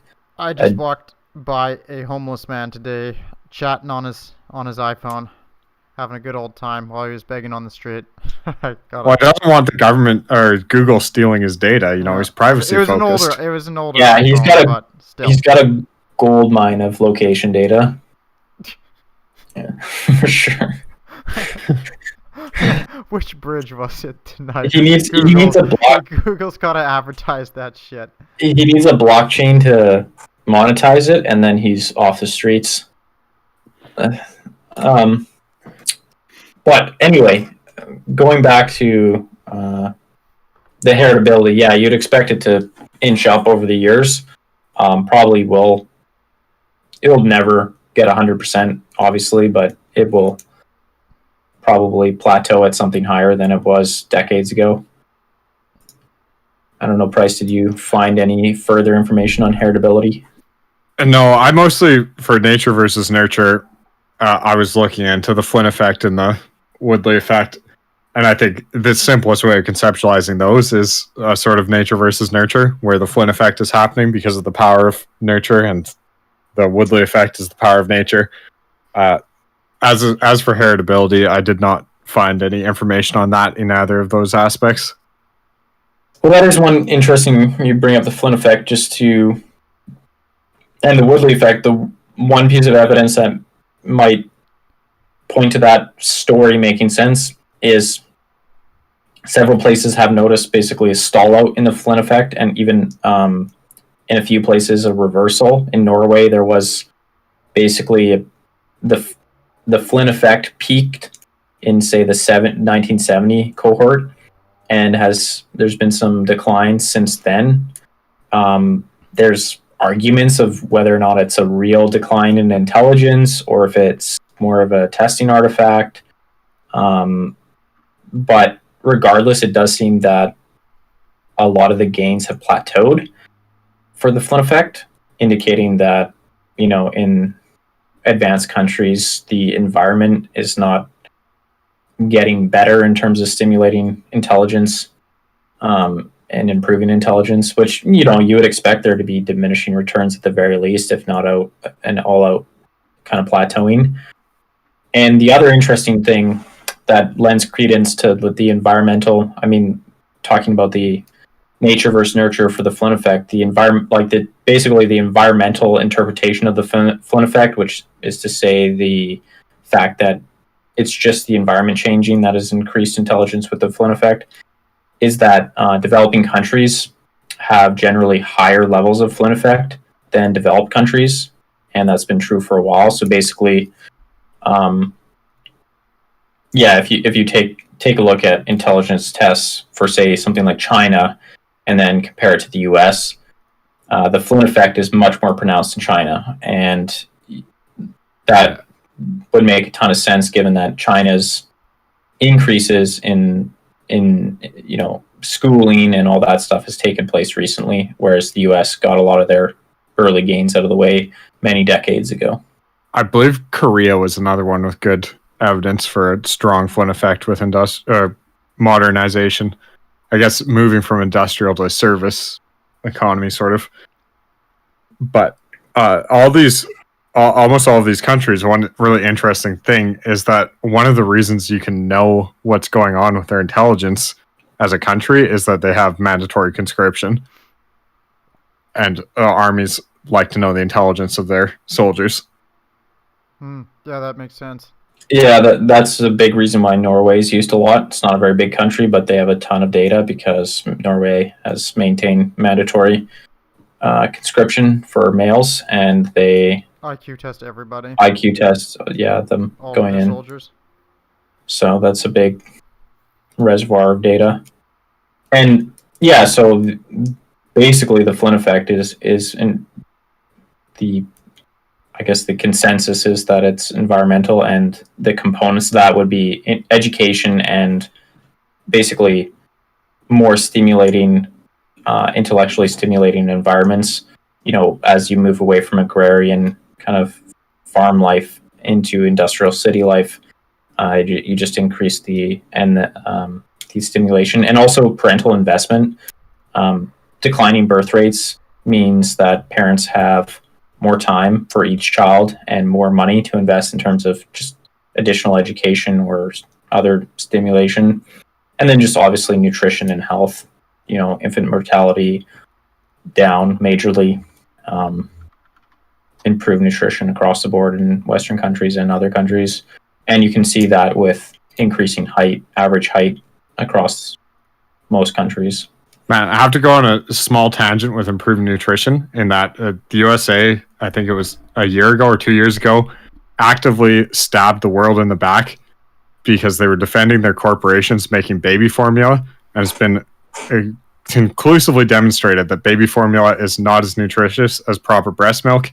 And nutrition is important for education and health and intelligence. And it would just do the world a favor to ban baby formula. In so much as is possible. At least recommend against it. Nestle is the scummiest company on earth. I did a report in college just to go on even more of a tangent, but that company would absolutely get their baby milk out in samples to all the parts of Africa that they could, make sure that they would give it until the mothers stopped producing breast milk, and then they would start charging them. It's so scummy. Like it's just like, yeah, you should probably imprison the top leadership of that company. Like that is that's bananas that you're allowed to do something like that. Breast milk also, not just the nutrition, but also the antibody protection. It's like massively important for baby's immune system. When people health and nutrition, it's just everything about it. It's it's kneecapping a developing world to give them baby formula, basically. Yeah, and it's just, and they know it. They've known it for decades. They got caught doing it, and they just keep doing it. I honestly don't understand how that's not. I don't know why people are not leaving guillotines outside of the Nestle CEO's place, and they're doing it to Bezos. It's like, if you're gonna guillotine somebody, well, because activists don't care about what happens in a third world country, really unfortunately. It's quite amazing where it's like they just want to bitch about their own lives, and it's like, I don't know, man. It seems like your energy would be better focused elsewhere. But so again, that does fit the explanation with the Woodley effect, where you have a decreasing potential but an increasing actual intelligence due to environmental factors, but still leaves definite room for the decreasing genetic potential, so to speak. Yeah. I don't know. I think that's fairly good for heritability. The one thing that does, I mean, another thing that's you have to speak about when you talk about like heritability and that kind of thing is like group differences, I think. Because that's a huge component of the controversy between group differences is how much of the group differences are genetic and how much are environmental. Obviously, there's different implications for how to ameliorate those problems depending on Or if you just can sweep them under the rug. Well, yeah, it has huge implications for policy and just general understanding of what to do going forward. And I guess, I don't know, does one of you want to jump into the group differences that are most often? Yeah, I'll put the gun to my temple. Okay, you go first then. I'll just do the basic one, but the one that always causes the massive firestorm whenever it's touched by anybody is the obvious black-white differences that were like documented over decades now. And the major, so in about the mid-90s, I haven't seen the recent stuff, but mid-90s there's a big meta-analysis done of 156 studies, and there was a 1.08 standard deviation difference between whites and blacks that was found, like when you aggregate all those studies together, and that's roughly 15 IQ points. So whites were at 100 and blacks were at 85. And then this was also observed in the military. So when the United States military did all their testing, they actually found a 1.1 standard deviation difference. But then once you controlled for the socioeconomic status of the parental status, it shrinks to 0.76 standard deviation difference. But SES, as we talked about before, it is a function of intelligence, so that actually, like, it's correlated with intelligence. Well, it's correlated with intelligence, but it's thought to be pretty highly driven by intelligence. So they do feel like that 0.76 is probably too low even though you control, but that's where they kind of leave it. But that's still a pretty big gap. And then there's the other one. There's a couple other big differences, and that's between East Asians and whites. So East Asians sit anywhere from a 3 to 10 point advantage. So about 100 for the whites, and then it goes up to 103. But then some other studies have shown 110. And then the other big one that drives the alt-right nuts is Ashkenazi Jews. So those are people who are through blood or genetics actually Jewish, so European Jews, and they're about 115 IQ points. That's their average, which is why it seems to be that they're hyper overrepresented at all sorts of different high achievements like Nobel Peace Prizes, writing. Should be caveated by saying like, ooh. By what? Yeah, I think we're having Con cut out here. Sorry. Yeah. I was just going to say that should be caveated by that this is American, obviously, norm data. Yeah, this is all American norm stuff. Like, this is not, this only applies to the States. And, I mean, that's where a lot of that's where the firestorm happens. Exactly. So it's difficult to say what the... Yeah, it's not like you could just say that it's across the board. It's like when looking at the U.S. sample specifically, where a lot of this comes out and where a lot of the controversy is. Yeah, so we don't need to worry about like applying it to. When I say Ashkenazi Jews, meaning like they're studying like people of Jewish background that came from Europe and now live in the States. They're not. It wasn't studying like Jewish people living in Europe. So they are also like American Jews. So it's all United States based. But those are, I think, the broad-based strokes that come out, and those are always the ones that cause all the problems. So I think, Price, you had a dive into this as well.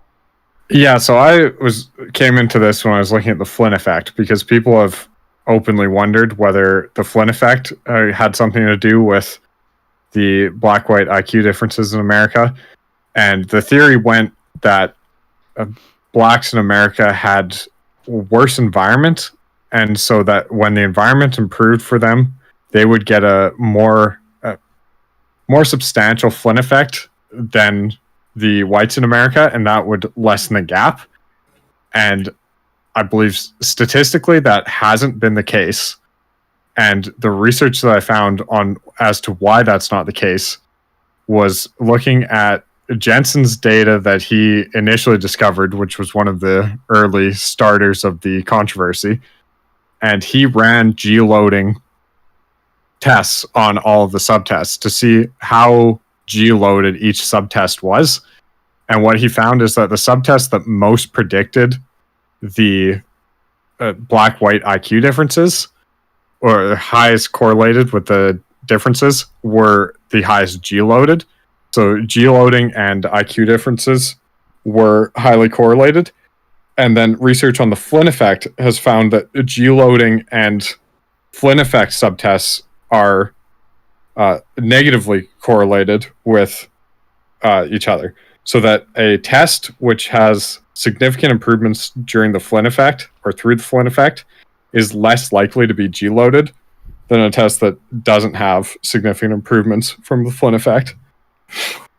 And I guess all that implicates that, like, it's not perfect evidence or anything, but it's an indication that the kind of like the improvements in environment aren't necessarily going to just cause a quick and easy closing of the gap.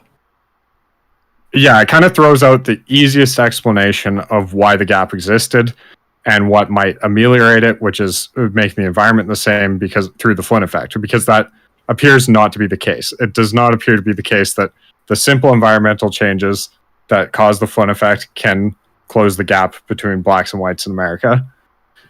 Yeah, the correlations are in the wrong directions for that to be the obvious outcome. And yeah, that also just remains consistent with the fact that, as far as I know, both groups have been, like black and whites in the U.S., have been subject to the Flynn effect. Yet the difference, the gap between the two in terms of IQ testing, has remained fairly stable for the same period for which the Flynn effect has been observed, right? So that's just it's a difficult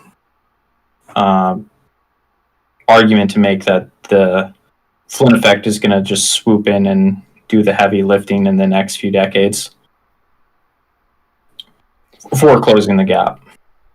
Yeah, and I think that's like the tough part with the discussion is that from what I've seen, nobody conclusively knows why it is what it is, but pretty much everything that is known points to it being difficult to know. Like, if that makes sense. It's not going to be something that's easily figured out and solved. It's a very difficult problem. Yeah, I guess there is a lack of consensus on how much the environment plays a role, how much genetics play a role. A lot of people, just due to political concerns, seem to have thrown their hands up in the air and said, we don't know at all, and we're not going to bother knowing, essentially. Yeah. I do think it is, like, a lot of the conversation also in that space revolves around the question of, like, why even bother to research it whatsoever. Which, you know, like, why, like, you hear that, at least I've heard that comment a lot from lots of people, is like, why would anyone be interested in group differences, and why would you ever research it? Why would you ever try to understand, you know, like, document them and understand them? Like, it's just, you know, what good can it do?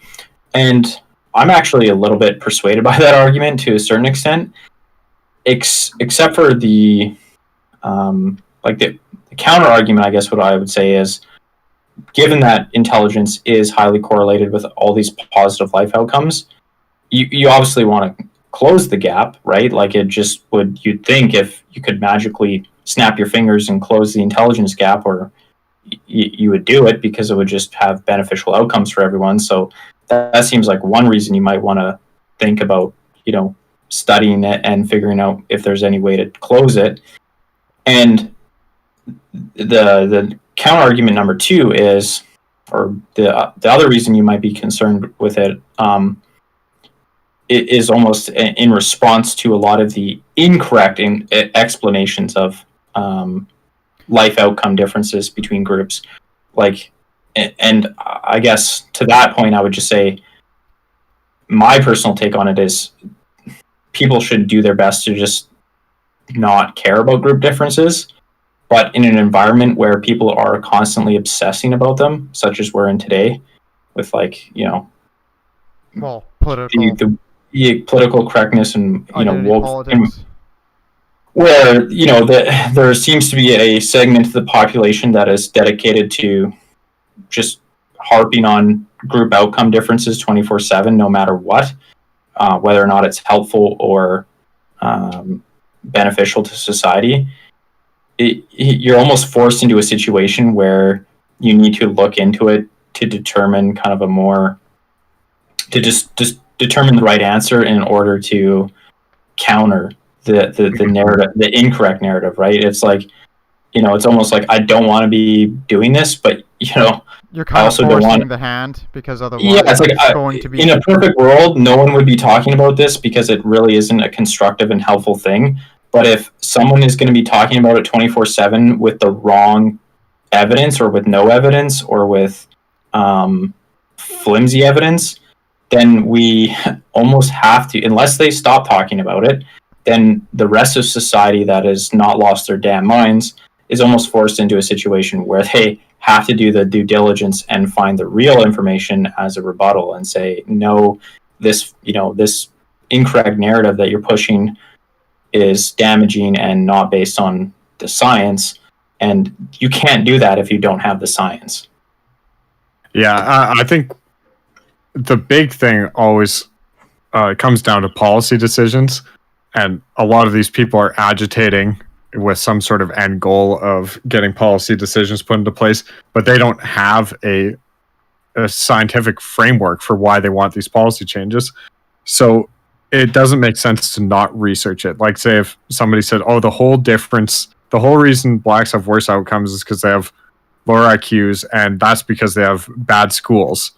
And so you said, well, let's throw $100 billion into better schools. And then that changed nothing. Well, it's like, well, what have you accomplished? You just wasted $100 billion and the problem's still there. But I mean, if schools are the problem, maybe that $100 billion solves the gap and you're done. But you need to actually have the research field to know what's actually going on, ideally. And I also want to point something else out, because in my search on all this, I stumbled across the other side of this. There is certainly a group of people who are devoted to racial superiority, and they're going to use that space, that void that's left by a lack of conversation by the cool-headed scientists. They're going to use it, and they're going to fill it with nonsense. Like, one of the things I came across this website in this research, and the whole thing is devoted to it is a scientific look. Like, the site is pretty careful, but they're using it to justify. It's actually the liberals' nightmare of these IQ differences come to life, because they're using it to justify that Europeans, especially like the whiter Europeans, are superior, and therefore society should be based and given to them. And they clearly use real IQ research to justify their absolute insane bigoted ideas.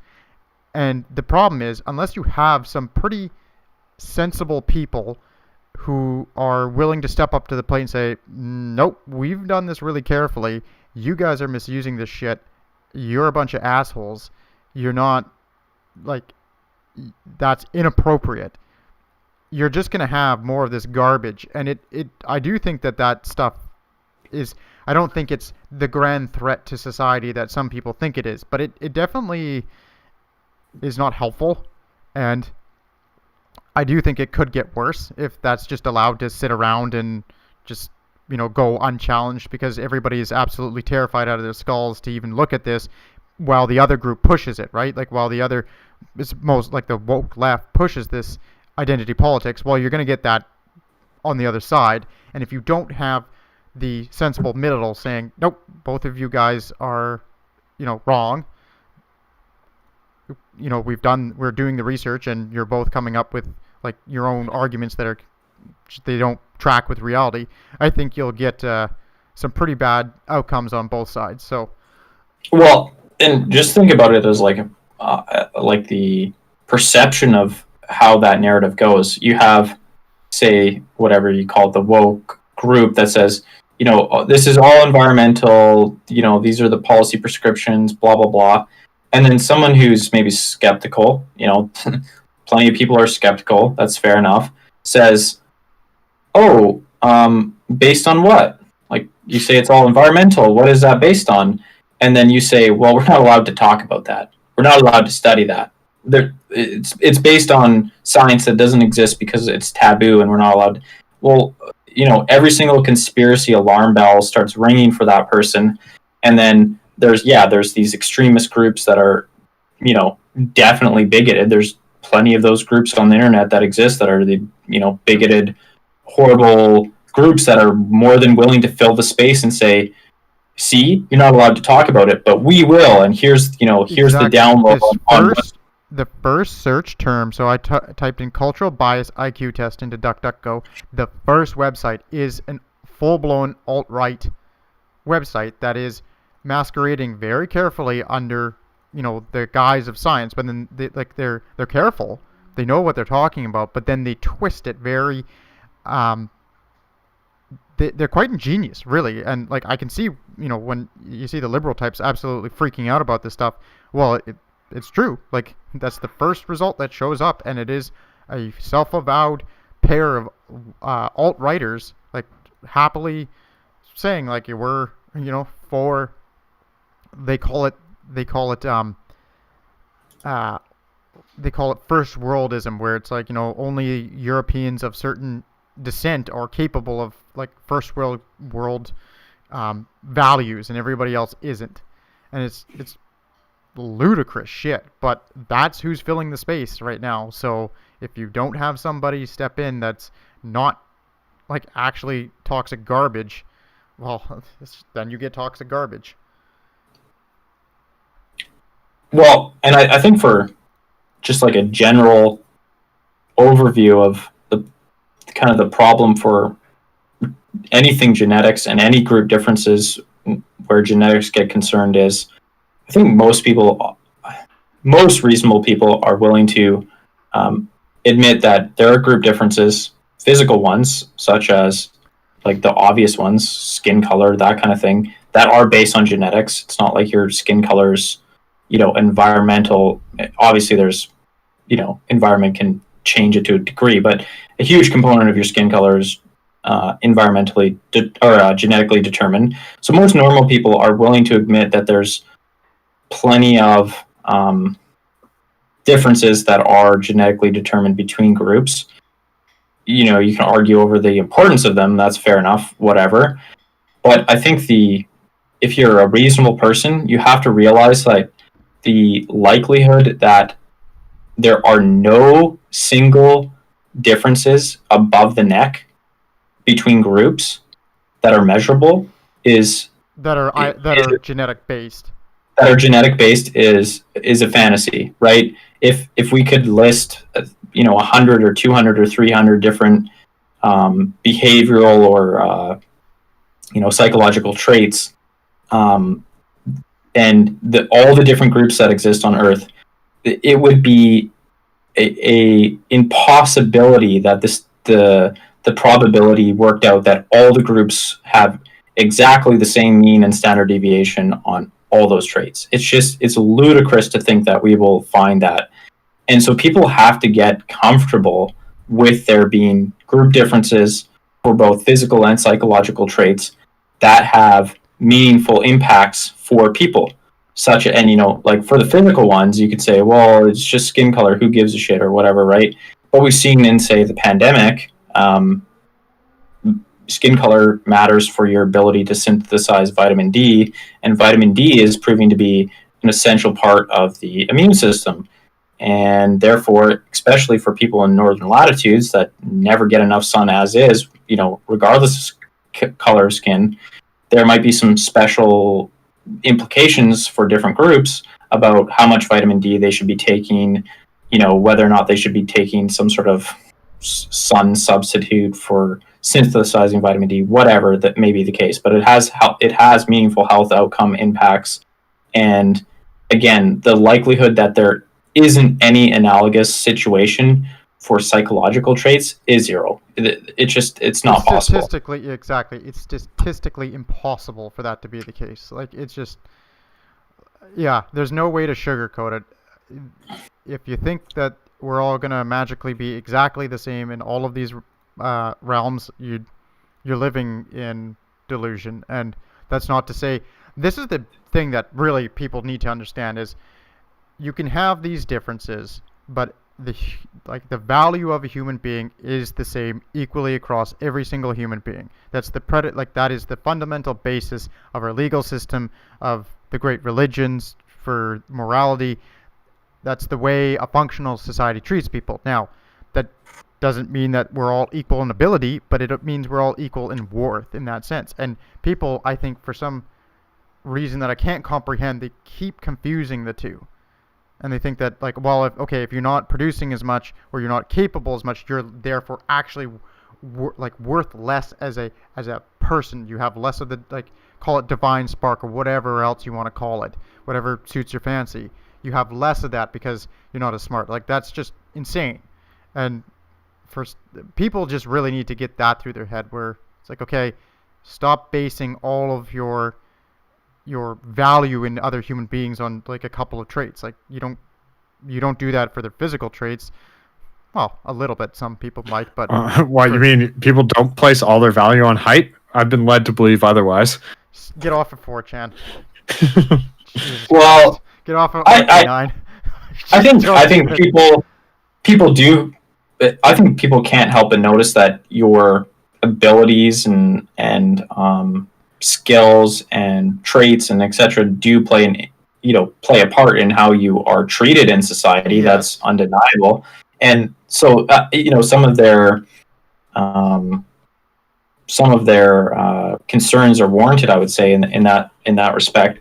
That being said, I think people are willing to. I think most people are willing to admit to between individual differences, right? Like, between individuals, they notice differences, and I'm sure that they accept that some of those differences are genetic for meaningful outcomes, right?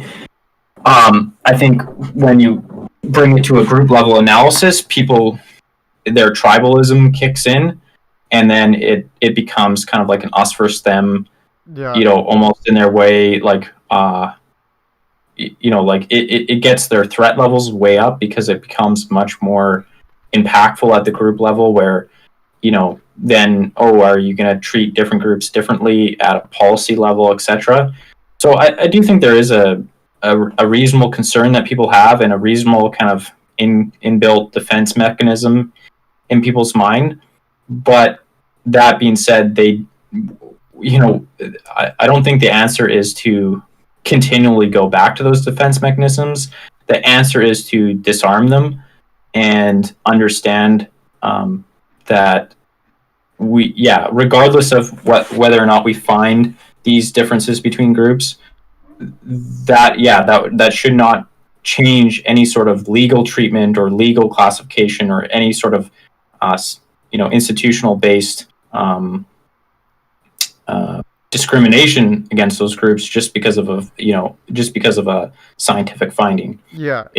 And that goes back to, we need to leave individuals as the level of analysis that is most important in our society. And yes, people will get differentially treated based on their abilities. People will get paid more for doing more rare and therefore valuable work. And that's, that level of unfairness, at some level has to exist in order to encourage productivity. But we should try our best to deal with the bad luck that some people are dealt. But again, if we want to live in a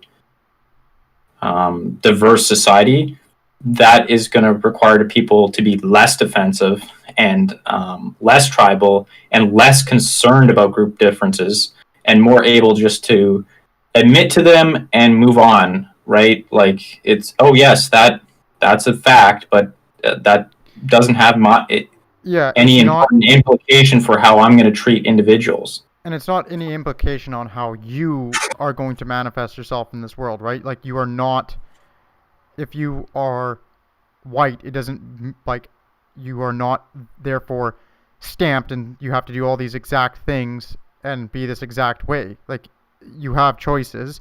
You are going to be limited by your own circumstances, obviously, but you do not share like some sort of grand class or grand race outcome. Like, you aren't, like, I think that's one of the big delusions right now, where people think that, you know, okay, because I'm X group, therefore I will be this way. Like, this is what is going to have to happen to me. It's just, well, to a certain degree that does happen. Like, if you're born into like a rough neighborhood, well, you're going to have the rough neighborhood upbringing, but you know, that can happen to many different types of people, and it doesn't necessarily just purely correlate with your race or your religion or whatever it is. And I think, like you said, it has to go down to the individualistic level of analysis. Otherwise it's just really, it's just, you cannot have a diverse society without it just going off the rails. Like, you really can't. Yeah. I don't know what else. Yeah, I think at this point I'm good.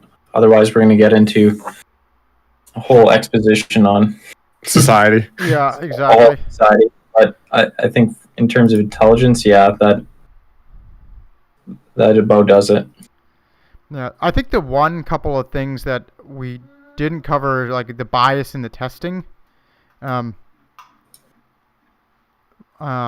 do feel like that is probably important to just quickly look at, because that is one of the major criticisms that IQ gets. I did quite a bit. Do you guys want to delve into that a little bit? Well, I know you did like the history of it, so that'd be a good beginning. A bit of the history. Yeah, so it does seem like I didn't do like a deep dive into the actual history, but from my readings on it, it does seem to be they were trying. There was like some attempts to give like, so the major. I'll lay out the major criticism is IQ tests are biased. Like, that's where the group difference comes from. The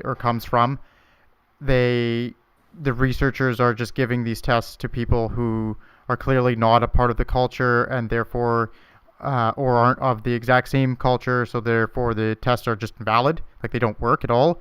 And there is some truth to that in some places. Like, there was some examples that I saw where people were giving tests to people when they hadn't properly adjusted them for language and stuff like that, and that's obviously a problem. But like, the main conclusion that I found from all of the reading is IQ tests, like the researchers are extremely careful in the way that they approach them, and they had been like up until about even in the 60s, but as they were getting towards the 60s, they were, but well, and like especially up to the 80s, they were really trying hard to make sure they stripped out all of the bias, just to make sure that they were actually as valid as they possibly could be in the States. And so over the years, there's been some pretty big publications that have come out. So one of the times, the APA, actually, so the American Psychological Association, which is like the biggest association for psychology experts in the States, they had convened a panel in 1996 on IQ, and they found that there was no bias against blacks in the IQ test. And the APA is a pretty historically left-leaning organization. They are not like it's not filled to the brim with like, you know, statistically, the APA is the Association of Professional or Association American Psychologists Association. 90% of their psychologists self-identify as being left-wing. Exactly. So this is not a group of like hardcore, you know, Trump voters. They are extremely left-leaning, and they came out with this big panel. A lot of this was in response to the Charles Murray's book, which caused like the latest shitstorm. That was in '94. There was another one. There was another big editorial that was posted in, I think, the Wall Street Journal? I think so. But it was a bunch of quite high-end researchers in the field, 52 of them that signed this, and their main conclusion on this was they had a whole bunch of different things in it, but they didn't find their major point was, in terms of bias, that there was none. They had the researching portion of the field had done their best over the last several decades, and they had actually done a stellar job in terms of pulling out the bias. And actually, they were finding that the IQ tests were over-predicting. So the way that bias would work in one context is because, like we talked about validity before, so the validity is the test will accurately measure or accurately predict school success or job success. So the way that you obviously test it is you just check the performance. So if somebody gets X score, and that should correlate to X performance at school, if it's under predicting, that means the test it's not working properly. Like, it is biased against the person because they're getting their real life performance in the real world on whatever school or work is higher than the test would have predicted. That means that your test is biased against them. But they were actually finding the opposite. So they were finding that these tests were over predicting performance by Black Americans a little bit. It wasn't like a massive difference, but so a lot of these setups have been, like, a lot of these critiques have been aimed at this, and there are some points to make, like, you can't just grab one of these American normed studies and just hurl it at somebody from, like, Uzbekistan or something like that. It's just, or Uzbekistan, like, that doesn't work, but they don't do that. So I thought that was like an important piece to know here, that the science has been pretty settled on this for a number of years now. So I don't know if you guys have anything more, but I thought that was important just to make sure that we covered all the bases there. One piece of evidence there is there was a survey of expert opinion of intelligence researchers' opinions. So they surveyed a bunch of intelligence researchers and got their opinions on various things. And in terms of their thoughts on racially or ethnically biased content, the most common answer was 43% of respondents said there was insignificant or no bias. And then the next most common was, I believe, 23 or 24%, I think, or no, 34%, sorry, said there was little bias. And then the next was like 20% at moderate, and then like 3% said significant bias in terms of content. So in terms of overall bias, there was a few factors that they thought, like intelligence researchers themselves thought were more important in terms of bias, and that was mostly test taker anxiety and test taker motivation. Those were the highest rated items of bias. So that's basically they were most concerned about ensuring that test takers had adequate motivation and adequate or minimal amount of anxiety. Those seem to be the most important factors in terms of getting a fair and equal playing field for getting good results out of a test. The content, it doesn't seem to be that high of a concern, because yes, they have done a lot of work to make the content fair across the spectrum. And again, it is population specific. I know that from my schooling, there's been a lot of work on how to properly administer an IQ test to, say, children with ADHD, because usually an IQ test is time limited, but that just doesn't really work when the kid might not be paying attention to the test for 5 minutes at a time because it's just incapable of it. So those sort of things have been brought in, alternatives to how to administer the tests in order to deal with some of those issues where you could give someone a test when they were 10 and it doesn't keep up to the predictive standard that you would have expected of an IQ test when they reach adulthood. And like they had ADHD when they were 10 and they wrote the test. So they've looked at ways to reduce that so that the bias isn't there and it is more predictive. Yeah, so it definitely seems like intelligence researchers have been quite careful in this respect, as you would expect from serious scientists. Well, at some point, they're just worried about getting that 0.001 increase on their predictability. That's true. They gotta one up their predictability on their peers, right?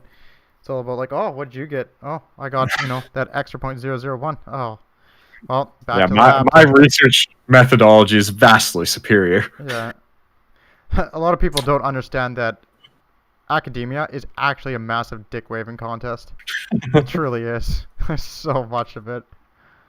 I don't personally. Yeah. I'm not in it, but I do follow like a bit of it on Twitter, and just in general, and it's just Jesus.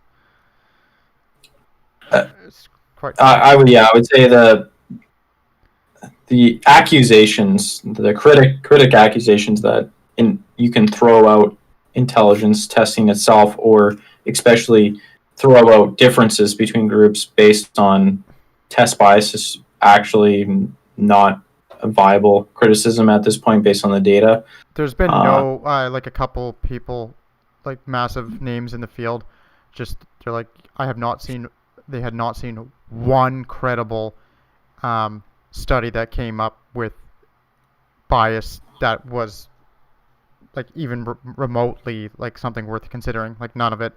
There's been none since. Yeah, I think there is. You have to have keep vigilant and make sure you obviously are considering things. But I think that is being done. But yeah, I think it falls in the realm where the burden of proof is on the critics at this point. Like they need to make the case. They need to show some strong piece of evidence, such as like you said, a place where the prediction for certain predictive outcomes for minorities or certain groups are not up to snuff, right? Like something like that, where it's like, okay, this is a concerning development that points to flaws in the test. But that it hasn't happened, and it's been decade after decade with none of those things coming out. And obviously these people are quite motivated to find them, so it just seems like the likelihood that they will be found, especially in an environment where the research is probably getting more and more agile at adapting to different groups, it just probably won't happen. The only people more motivated to find these little problems than critics are anyone trying to write their master's thesis. Yeah, you make your name on it, right? Yeah, or I guess PhD more so. You need to be a little further along to try and put chinks in the old intelligence testing armor. Yeah, if you're gonna swing at them, you better swing hard, and you better be able to back it up. Because masters are usually supporting the existing thesis, and then the PhD you're supposed to kind of try to poke a hole somewhere. Yeah, which is the way it should be. Like you should be trying to poke holes all over the place. That's the point. Yeah, that's the way the system works, right? Well, that is one of the reasons it's become so ironclad, you could say, because it's been having holes poked in it for over 100 years. Yeah, exactly. That's why it's like I said early in the podcast, it's one of the most reliable and valid things in psychology, if not the most. I think for me, that's all I had in terms of the overall scope of things. Is there anything else that we wanted to cover before we go into wrap up? Yeah, I think we should wrap. I think it's probably the way to go. So, what are your guys' final thoughts coming out of this? I think it would be good to just give your a little bow on the end of, or on the top of this before we close it. Price, you go first.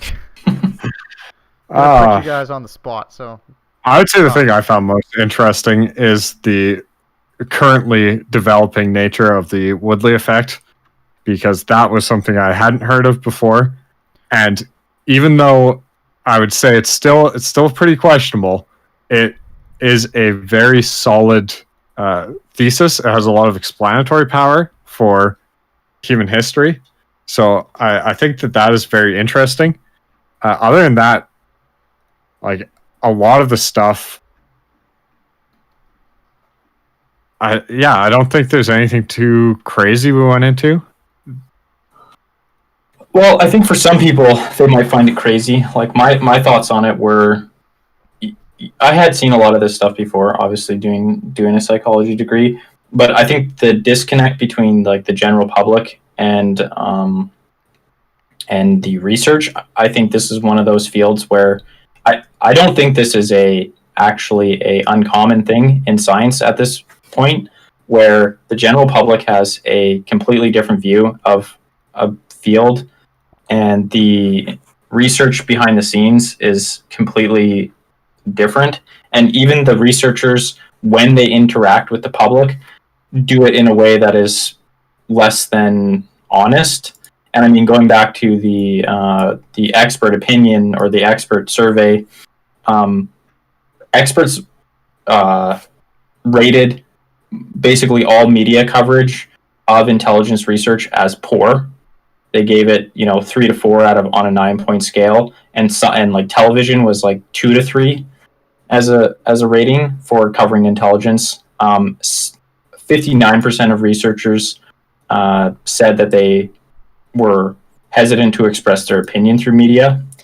And I think that, again, that is a problem throughout science. Intelligence research probably being one of the more prominent ones, or more difficult ones for researchers to have the honest conversation that's going on in the field in the public eye, just because the public will not jive with it, right? Like the public doesn't want to hear about the facts because they're uncomfortable. And I think the important thing to note about both intelligence research and other science is it's going to come out one way or another. Like it's, unless we, go full authoritarian and just shut down our science apparatus, which might actually happen. We're going to have uncomfortable facts continually boiling to the surface, and people either need to get, a thicker skin and just realize that, just because the science says something uncomfortable or not particularly rosy about the situation doesn't mean it's not true, and doesn't mean it's, the end of the world, and we just kind of have to live with what is.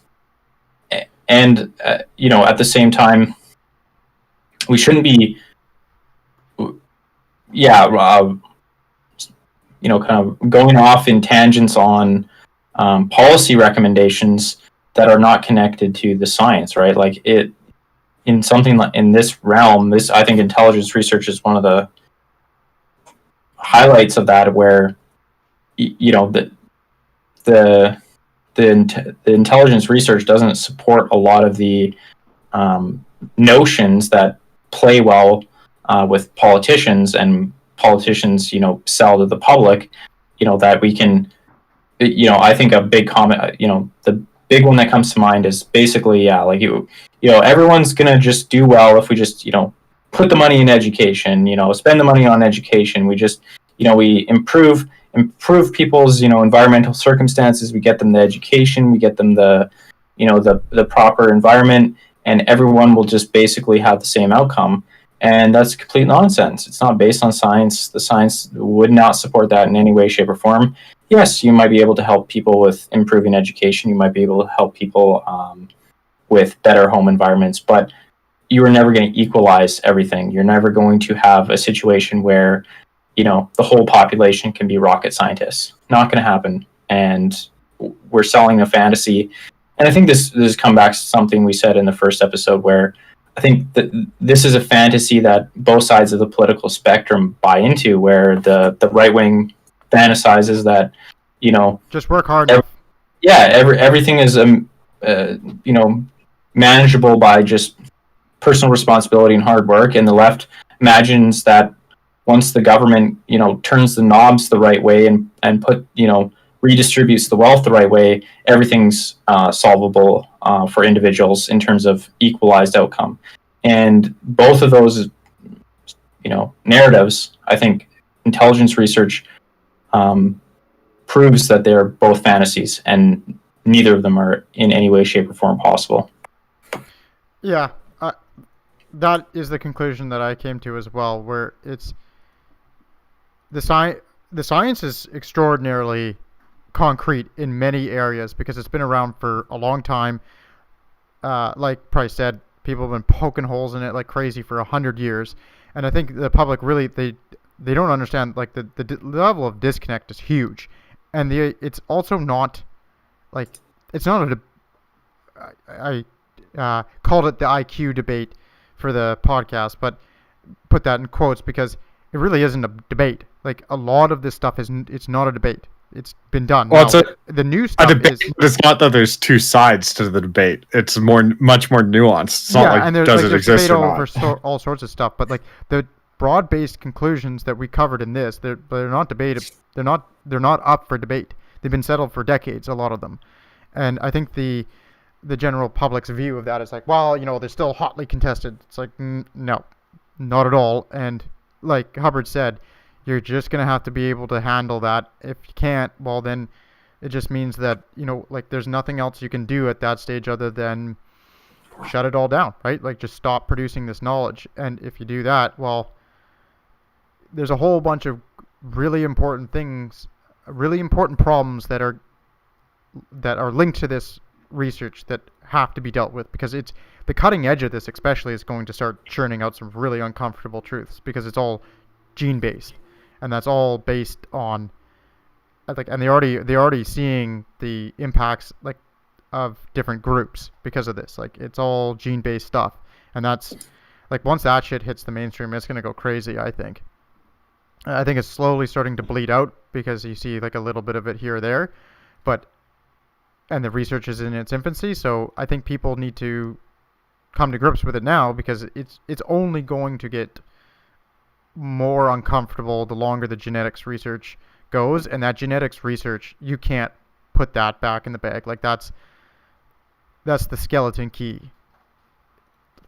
There's nobody's gonna run away from that. Like that's the key to maybe immortality, right? So you just can't escape it. So I think people do need to, like Hubbard said, grow a thicker skin, but also people need to realize that don't be basing, like treat everybody as individuals. So that it's so important to do that because you actually can't tell, what a person's IQ is just by like the brief second that you meet them and starting to make all those assumptions. Like treating people as individuals is always the best way to go.